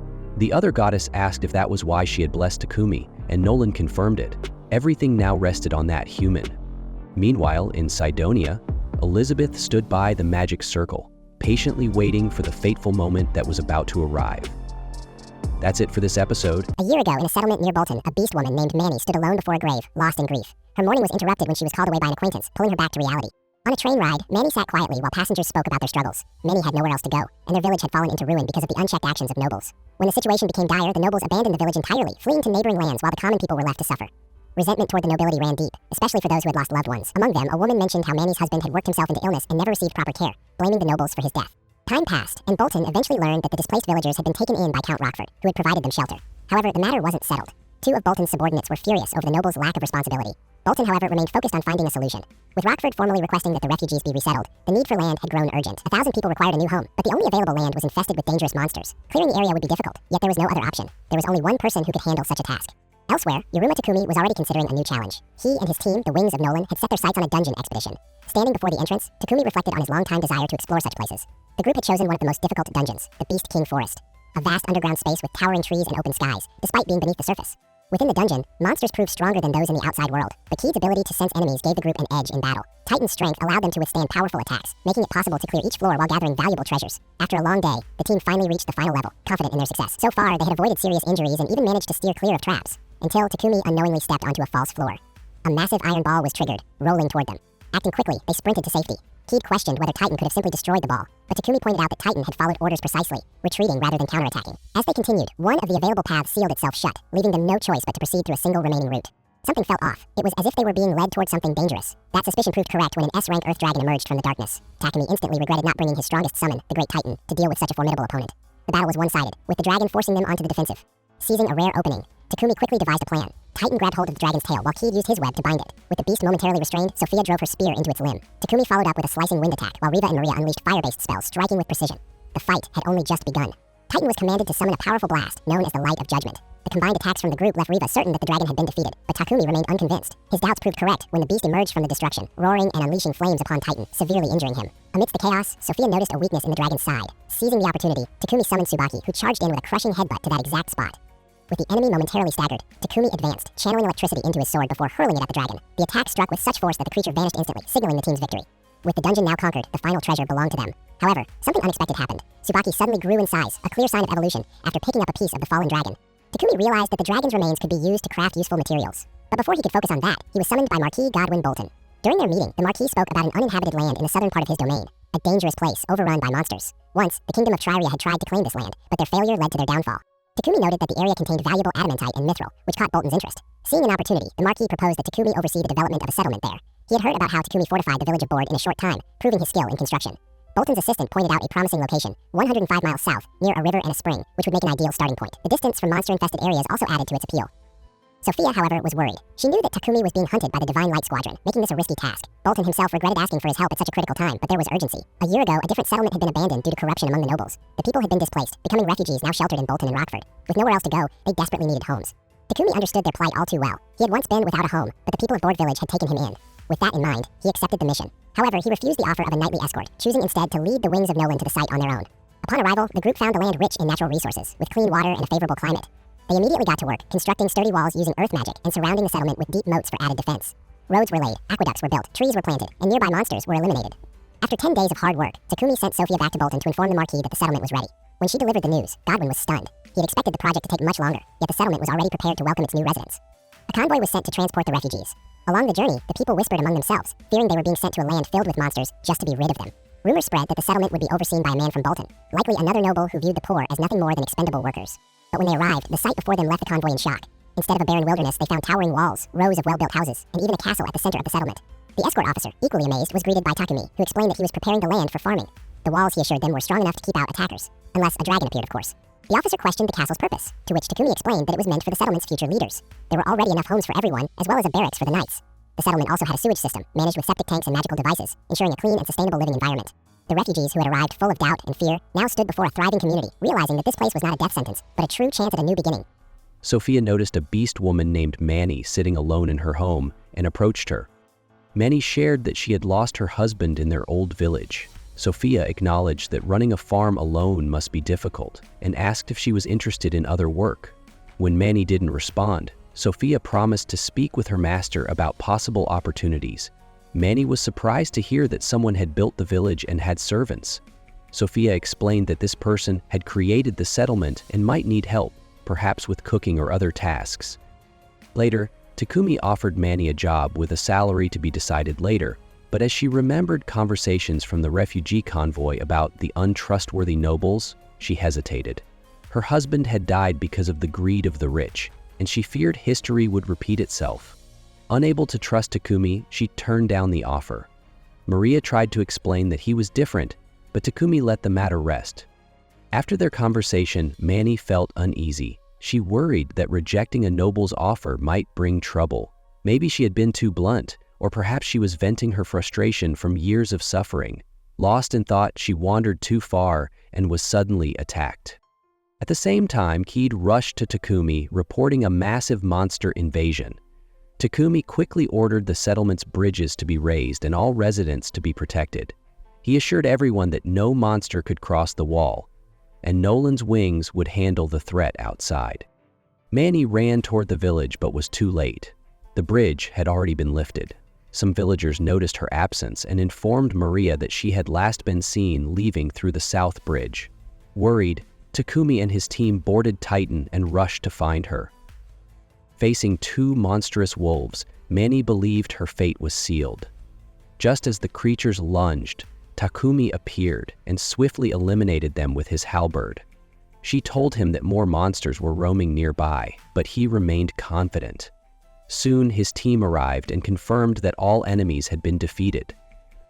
Manny noticed Takumi's injuries and bandaged his wound, apologizing for doubting him earlier. However, Takumi was just relieved that she was unharmed. He wanted all villagers to live in peace. At that moment, Manny realized that he was nothing like the nobles she had encountered before. He was kind and truly cared for the people. Accepting this, she decided to take the job offer after all. The others welcomed her warmly, and Takumi gladly accepted her into the team. Meanwhile, in Bolton, Dorn reported to Marquis Godwin about the settlement's success.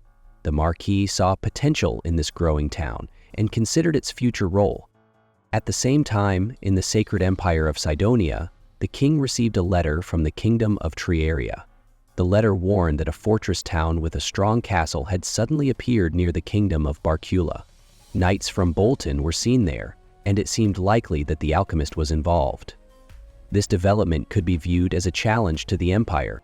Elizabeth, the king's daughter, declared that they could not let Barcula gain the upper hand. She insisted that Cydonia must rule the continent alone. When her father asked what she meant, she stated that the time for a counterattack had come. Back in the settlement, Takumi inspected a road, considering its potential for trade. Manny arrived with the lunchboxes he had requested. Suddenly, a powerful surge of energy erupted from within a rock.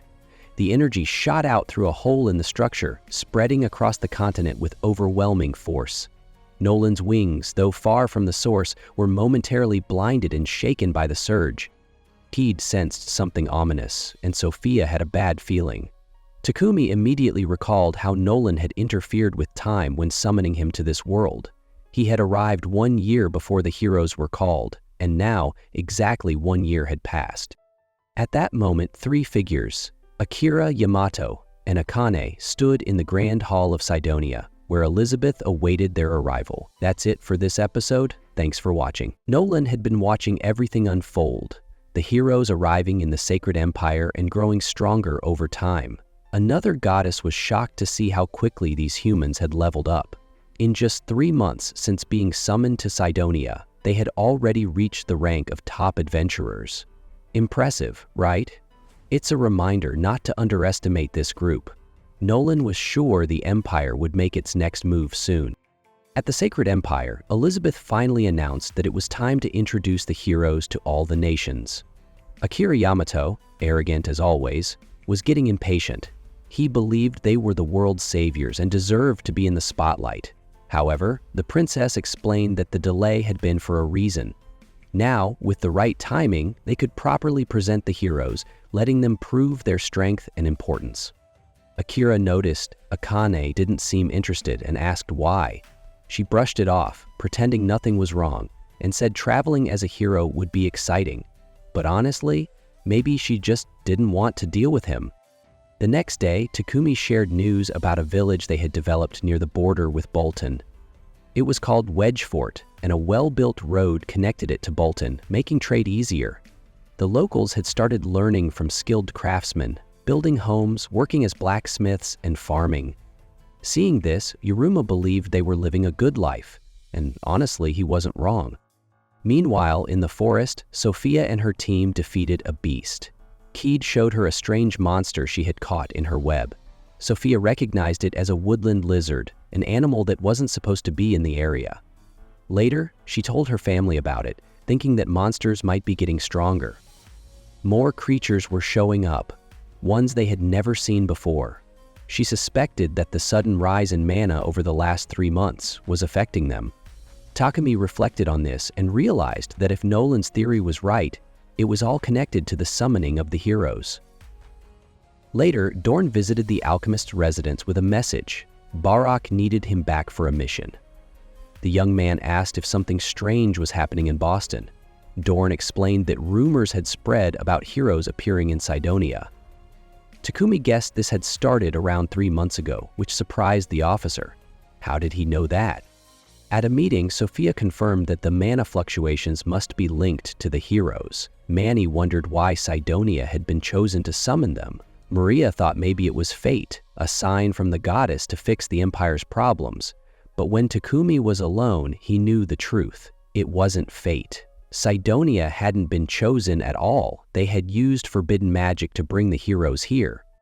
All he could hope for now was that these heroes truly wanted to help and fix the nation, just as Maria believed.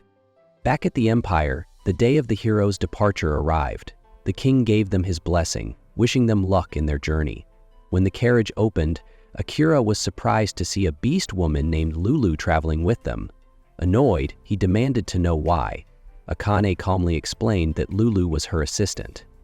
Akira, clearly not convinced, scoffed, "Why call a slave an assistant?" At the same time, Elizabeth and the priests prayed for a blessing from Annette. The next day, at Bolton's Adventurers Guild, Hans shared new information with Takumi. They had discovered that the summoned heroes were 2 boys and 1 girl, all with black hair and eyes. Takumi immediately suspected they might be Japanese like him. According to Hans, the heroes were being taken to the Church of Divine Light in Ramelia and Barcola, but there was a hidden purpose behind these religious visits. Cydonia wanted to make its presence known in lands where the Creation Church had strong influence.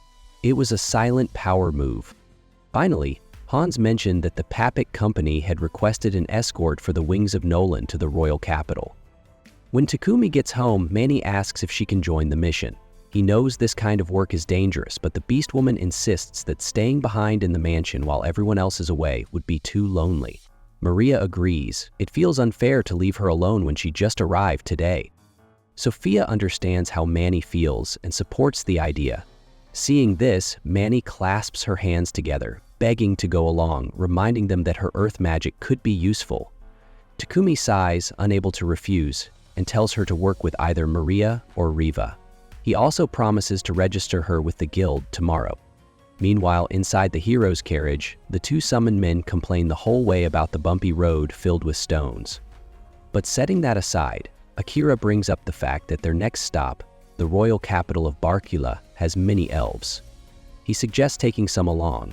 Yamato agrees, though he remembers that Barcula has strict laws preventing slaves from leaving the country. Still, Akira shrugs it off, believing that since they are heroes, people will gladly follow them. Yamato adds that they are already top-level adventurers past level 30. Soon, no one on the continent will be able to match them. Listening to this, Akane remains quiet, thinking this might be her only chance to act. She has a strong feeling, maybe even a vision, that she will find something important in Barcula. Back in Barcula, Takumi's group arrives at the local guild after finishing their escort mission. Now he and Sophia will be promoted to rank F, while Manny will be upgraded to rank D. The receptionist asks for their guild cards to process the promotion. Just then, the three heroes from Cydonia enter the guild. As arrogant as ever, Akira and Yamato order everyone to step aside, even using force on those who refuse. They make it clear that those who don't obey heroes will face consequences. Then, their eyes land on Sophia and Manny. Immediately, they express their desire to buy them. Takumi firmly refuses and tells them to leave if they have no other business. The heroes take this as a challenge and demand that Takumi hand over the two slaves right away. Sophia and Manny quickly correct them. They are not slaves and have no intention of leaving Takumi's side. This enrages Akira, who draws his sword and charges at Takumi. Takumi reacts instantly, dodging the attack and using his magic to break Akira's sword. Furious, Yamato attacks with his fists, but Takumi easily knocks him down. Akira nearly cries over his broken sword, but Takumi realizes it was just an ordinary weapon made of magical iron. Akira then warns Takumi that he won't get away with this. But Takumi calmly replies that they are the ones in trouble. Attacking people inside the guild is a serious offense. Even so, Akira and Yamato sneer, promising that the Church of Divine Light will make everyone regret standing against them. Then, they storm out. Before leaving, the woman with them apologizes for their behavior and introduces herself as Akane Misato. Takumi is surprised by her Japanese name, and she is equally shocked when he says his own name. But before she can react, Takumi quickly covers her mouth and whispers that he will be staying at the Bara Lego Hotel. As he walks away, Akane wonders if he is the person her visions have been leading her to. That night, Takumi's group gathers at the guild to talk about what happened. Sophia calls the two heroes unworthy of their title, while Manny admits she felt uncomfortable under their leering stares. However, Sophia notes that Akane seemed different. She wasn't like the other two. Meanwhile, Takumi starts wondering if he made a mistake by telling Akane where he'd be staying, but Maria reassures him, saying he has his people to protect him. However, Takumi isn't worried about himself. At that moment, Akane and Lulu sneak through the alleys of the city, wearing cloaks to hide their identities. Lulu begs Akane to leave her behind, but Akane insists that she needs her. Suddenly, guards spot them and give chase. Just as they think they're trapped, someone takes down the guards. It's Sophia. She quickly tells Akane where to find Takumi's hotel. Further ahead, another soldier blocks their path, but Keed steps in, using her webs to trap him. Finally, Akane and Lulu make it to the hotel, where Akane wastes no time. She asks Takumi if he is a descendant of a Japanese person who was summoned to this world. Takumi hesitates. He knows he can't let this information reach Cydonia, but Akane promises to keep it secret. After a moment of thought, he admits the truth. He is Japanese, and his presence here is directly tied to the summoning of the heroes. Sophia and the others are confused by this revelation. Seeing their reactions, Takumi finally decides to tell them everything, as long as they promise to keep it between themselves. Meanwhile, Akira and Yamato realize that Akane has disappeared. A religious leader traveling with them suggests canceling their visit to Romalia and returning to Cydonia instead, as they need to rethink their plans. Back at the hotel, Takumi shocks Akane and the others by revealing that he is an envoy of the goddess Nalen.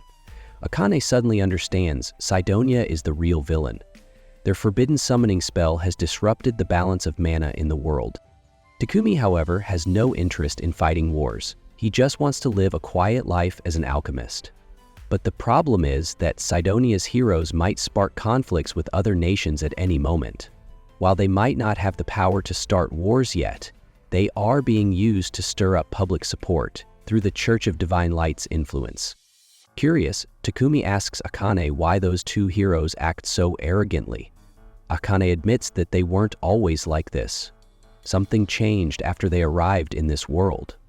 Uruma then jokingly asks what they eat and drink in Cydonia. Akane frowns and confesses that she never trusted the food given to them.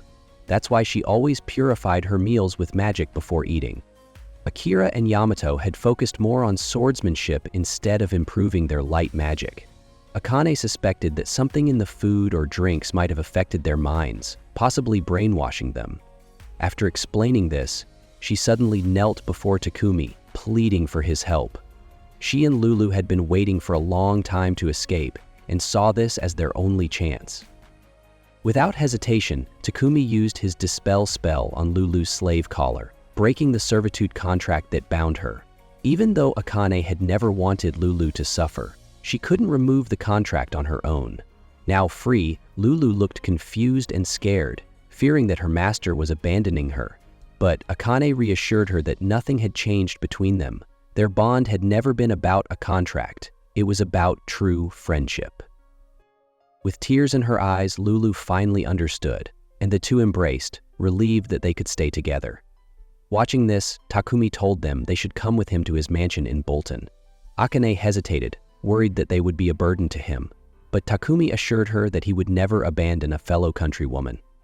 Right now, the most important thing was leaving the royal capital safely. That night, they arrived at Oruma's residence, where Akane was delighted to find a warm bowl of creamy stew, a dish from her homeland. Lulu hesitated to sit at the table, still used to the role of a servant. But when she finally took a bite, she realized that her life had truly changed. Meanwhile, as Akane ate, she suddenly lowered her head. Maria worried that she didn't like the food, but in reality, she was holding back tears. She never thought she'd taste this meal again, and the feeling of home overwhelmed her. Seeing this, Takumi understood how much she had endured in Cydonia. After so long, she could finally let her guard down. Later that night, in Wedgefort, a guard patrolling the walls noticed something strange. The forest seemed restless. Suddenly, a massive wave of monsters appeared, rushing toward the town in a terrifying stampede. The guard immediately sent a messenger to Bolton to warn them of the attack. At the same time, in his workshop, Takumi planned to meet with the Lord of Bolton to discuss Akane and Lulu's situation. Then, to his servant's surprise, he gathered them all to break their contracts. They were shocked and protested, but Takumi explained that this time was different. He wanted them by his side, not as servants, but as trusted allies, friends, and even family. He had formed strong bonds with all of them, and instead of being tied by a contract, he wanted their relationship to be based on mutual trust and loyalty. One by one, he dissolved the contracts with Maria, Sophia, and Riva, reminding them that Manny was never bound by one in the first place. After that, Takumi completed two powerful weapons, the Holy Sword Amaterasu and the Sublime Sword Tsukiyomi. These blades could absorb an enemy's mana and grow stronger with each attack. Just as he finished, an urgent message arrived from the Adventurers Guild. A crisis was unfolding. Wedgefort was under attack, and all adventurers ranked B and above were being summoned immediately. He quickly joins the crew of Lion's Fang, already gathered with Barak. The guildmaster explains that a huge horde of monsters is moving toward the city, attracted by the many people in Wedgefort, and that Captain Dorn has requested help. Normally, only high-ranking adventurers are called in emergencies like this. However, Heath explains that most top groups are busy on other missions. leaving only this less experienced team to handle the crisis. Though Takumi feels the weight of this enormous responsibility, Hans reassures him by saying that the three groups working together can perform the work of 100 warriors. Riel is surprised when he learns that the third group is the one he had been thinking about, and Hans confirms that it involves the Scarlet Rose. Soon, a team made entirely of women arrives. Their leader, Meralda, introduces her team members. Baralai, who acts as a strong tank, Mary, a skilled mage, Paula, a capable healer, and Linda, a swift scout. Rio seems to have a troubled past with the Scarlet Rose, and Meralda makes a point of taunting him, expressing disbelief that he is still alive despite what she considers his weaknesses. Before the tension can build further, Barak informs everyone that Captain Dorn will soon lead a squad of knights to Wedgefort. Takumi is then ordered to move ahead with the Lion's Fang and Scarlet Rose teams. Following the orders, the Alchemist departs for the city, leaving Akane and Lulu at the mansion, protected by Titan. Inside the magic carriage, he hands Sophia the newly forged sacred sword, Amaterasu, crafted from orichalcum found in a dungeon. The blacksmith also produced its sister weapon, the sublime sword Tsukuyomi. Amaterasu is known for its devastating physical power, while Tsukuyomi deals even minor mental damage with a slight scratch. Takumi believes that if they coordinate attacks using both swords, their combat efficiency will greatly improve. As they near Wedgefort, Maria informs the team that they are about to arrive. Riva confidently remarks that few monsters can breach the high walls, and Manny assumes the townspeople must be safe. However, Keed soon delivers grim news. Winged creatures are flying over the wall and attacking the city. Before the magic carriage can fully stop, Riel quickly fires arrows at the incoming enemies. When the rest of the team reaches the horde, the battle erupts. Takumi begins his fight wielding a massive hammer imbued with the power of thunder, while Sophia uses her magic to create a swirling tornado. Other warriors charge into the heart of the battle with their close-range weapons. Keed directs Tsubaki to focus on the monsters trying to climb the walls. Local soldiers see the arrival of Takumi's group and quickly lower the bridge to let them in. The combined forces of Lion's Fang and Scarlet Rose take command of the area. Sophia then announces that the wings of Nolan will patrol the walls. Hours later, with daylight returning, it becomes clear that the monsters within the walls have been defeated. The townspeople rush to the protection of the wings of Nolan, cheering the heroes as if they were idols. Takumi instructs Riva and Manny to tend to the wounded, while Sophia, Maria, and Keed join him in supporting the Lion's Fang and Scarlet Rose teams. Once they reach the battlefield, Heath observes that the remaining monsters are retreating toward the forest in a strangely coordinated fashion. Even though such creatures usually act without coordination, one of the guards at Wedgefort recalls that in past encounters, the horde would retreat only to launch another attack when the humans were resting. Takumi deduces that a leader must be directing the monsters. Heath admits he has never seen a monster with such leadership abilities, but Takumi speculates that the massive mana surge during Sidonia's summoning of heroes several months ago might have triggered an evolution. The powerful summoning spell, which was later banned by Goddess Nolan, may have changed the nature of the monsters, giving them a capacity for organization and strategy. In a critical moment, Meralda realizes that this battle to eliminate monsters will be unlike any previous one. Far away in the sacred empire of Sidonia, the king learns that a massive stampede of monsters, so large it could bring down a nation, is attacking a fortress near Barcola. He believes this horde could break through the fortress walls and invade Barcola's lands, weakening their defenses and giving Sidonia a chance to gain an advantage. Determined to seize this opportunity, the king orders his troops to be ready for action at a moment's notice. Using the heroes positioned on the front lines, Elizabeth advises her father to extend the attack to Barcula's allied nations, such as the Kingdom of Salmandor, before they have a chance to support Barcula when the time comes. Back at Wedgefort, a temporary lull in the fighting is used to tend to the injured. From atop the fortress wall, Sophia surveys the scene and notices that far more people are wounded than she had expected. Soon Riva, carrying the meager meal provided by the elves, arrives with a heavy heart, confessing her worry about Takumi. She observes that he is handing out every potion he has to the injured, and the stock from the wings of Nolan was purchased by the Papek Company. The adventurers have not yet had the time to brew a fresh batch. Sophia quickly brings up this concern to the team leader. He insists that potions are only valuable when they are used, but the elf counters that new attacks are inevitable, and the alchemist should at least conserve some for himself. Takumi, however, believes that if he can simply avoid injuries that require potions, he won't need a cure at all.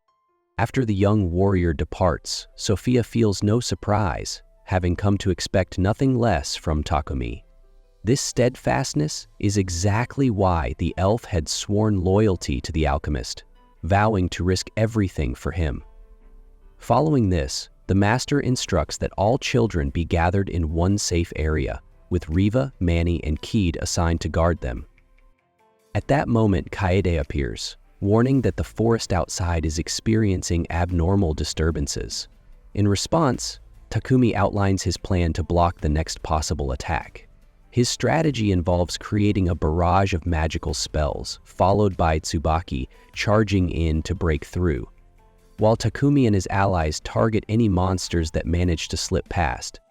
Accordingly, the three groups assigned to the mission move outside the wall and set up near the mass of monsters which remain unnervingly still despite the approaching forces.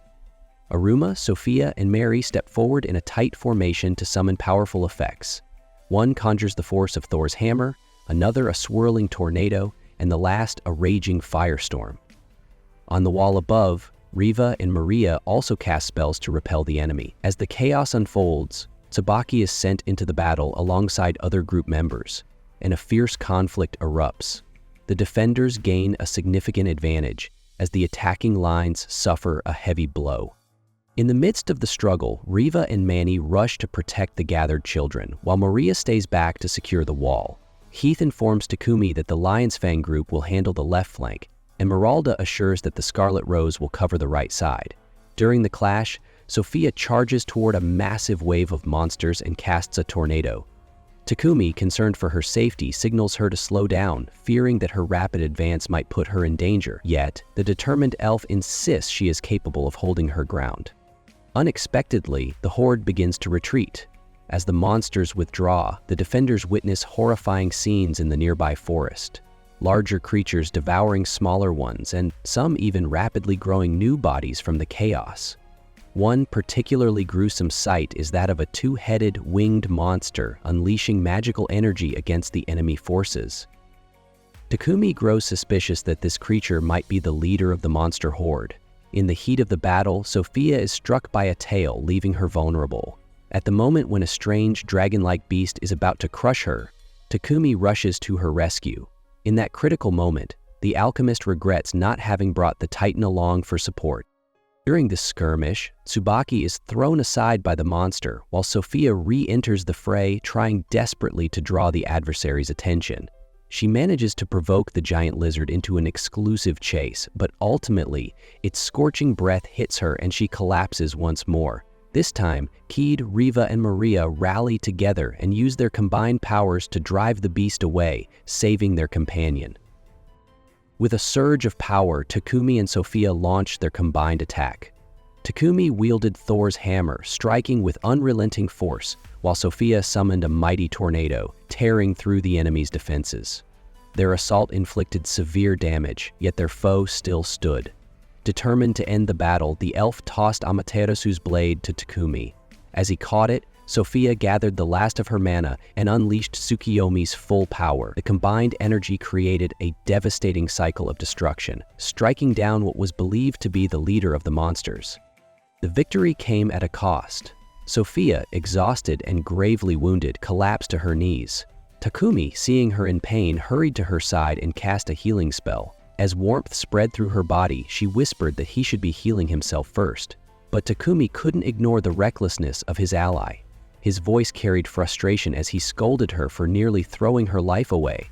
Sophia, however, defended her actions, saying she only wanted to protect him, but her words did little to ease his anger. He couldn't bear the thought of losing her over something preventable. Had their comrades not arrived when they did, the monstrous lizard would have taken her life. Sophia downplayed her own importance, saying her life wasn't worth that much, but Takumi rejected her words. "You should never think that way," he said firmly. Before she could respond, the leaders of the other groups approached, reporting that the remaining monsters had either been slain or had fled in fear, effectively securing their victory. Relief washed over Takumi, but his own body had reached its limit. His strength gave out and he collapsed against Sophia. She caught him just in time before he hit the ground. The leader of the Wings of Nolan was carried to a resting place where he remained unconscious for hours. When he finally awoke, news of his recovery spread quickly through the household, causing a stir of excitement among the people. Meralda and Heath approached Sophia, admitting that her leader was far more impressive than they had initially thought. A few days later, the convoy made its way back to Bolton, where they joined efforts to rebuild the city. However, news of the heroes of Cydonia brought a grim reminder that victory often came with a price. Wherever they had been sent, bloodshed followed. Even innocent villagers had fallen victim to their ruthless campaign. At Takumi's mansion, his group prepared a special feast to celebrate their victory and recover from the exhausting battle. Yet, amidst the lively gathering, the atmosphere around Sophia was different. She had grown distant, her usual confidence dimmed. Concerned, the girls urged Takumi to speak with her. Maria, too, reflected on her own actions and regretted being too harsh with their leader. She compared herself to a broken fountain that splashed uncontrollably, a metaphor that made little sense, but still managed to lighten the mood. Taking their advice to heart, Takumi approached Sophia with a plate of food. Sitting beside her, he apologized for raising his voice at her earlier. Sophia, however, admitted that he was right. She had been reckless. Still, Takumi knew her actions came from a place of loyalty. He acknowledged that she had only been trying to protect him, but he couldn't accept her willingness to sacrifice herself so easily. He explained that he didn't want a relationship where one person gave everything while the other only received. "We fight side by side," he told her. "Without you, the Wings of Nolan wouldn't be complete." His words struck a chord in Sophia's heart. Moved by his sincerity, she promised to stay by his side, no matter what. Just as the moment grew solemn, Akane burst into the room with two skewers in hand, completely oblivious to the atmosphere. Maria tried to push her away, but the damage was done. The tension dissolved into laughter, much to the disappointment of Manny, Riva, and Lulu, who had hoped for a more romantic outcome. Several days later, Takumi traveled with Akane and Lulu to meet with Lord Bolton.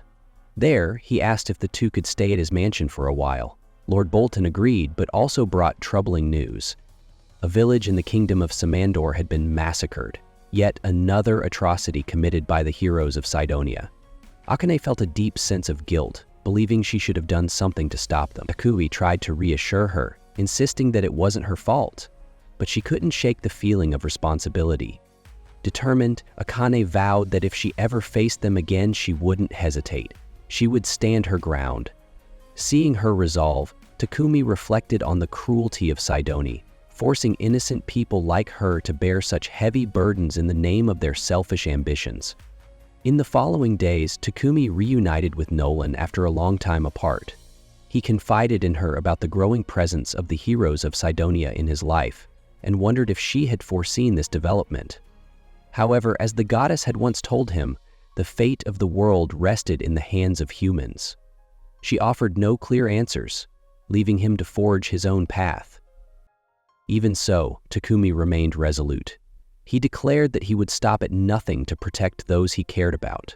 No matter what challenges lay ahead, he would face them with everything he had. After all, he was an alchemist, one who could create anything he desired. And at that moment, he realized he wouldn't trade his life for anything else. Before leaving, he handed Nolan the sweets she had requested, earning a pleased smile from the goddess. As she enjoyed them, she thought about the future that awaited Takumi. His path would not be easy, but he was the only hope Midgard had. If he continued to grow stronger, there was a chance, however small, that the world could change, and for that, she placed her trust in him, believing he would become the greatest alchemist of all time. And with that, Season 1 has come to an end. What are your thoughts on this anime? Share your opinions in the comments below. Thanks for watching until the end. See you in the next video.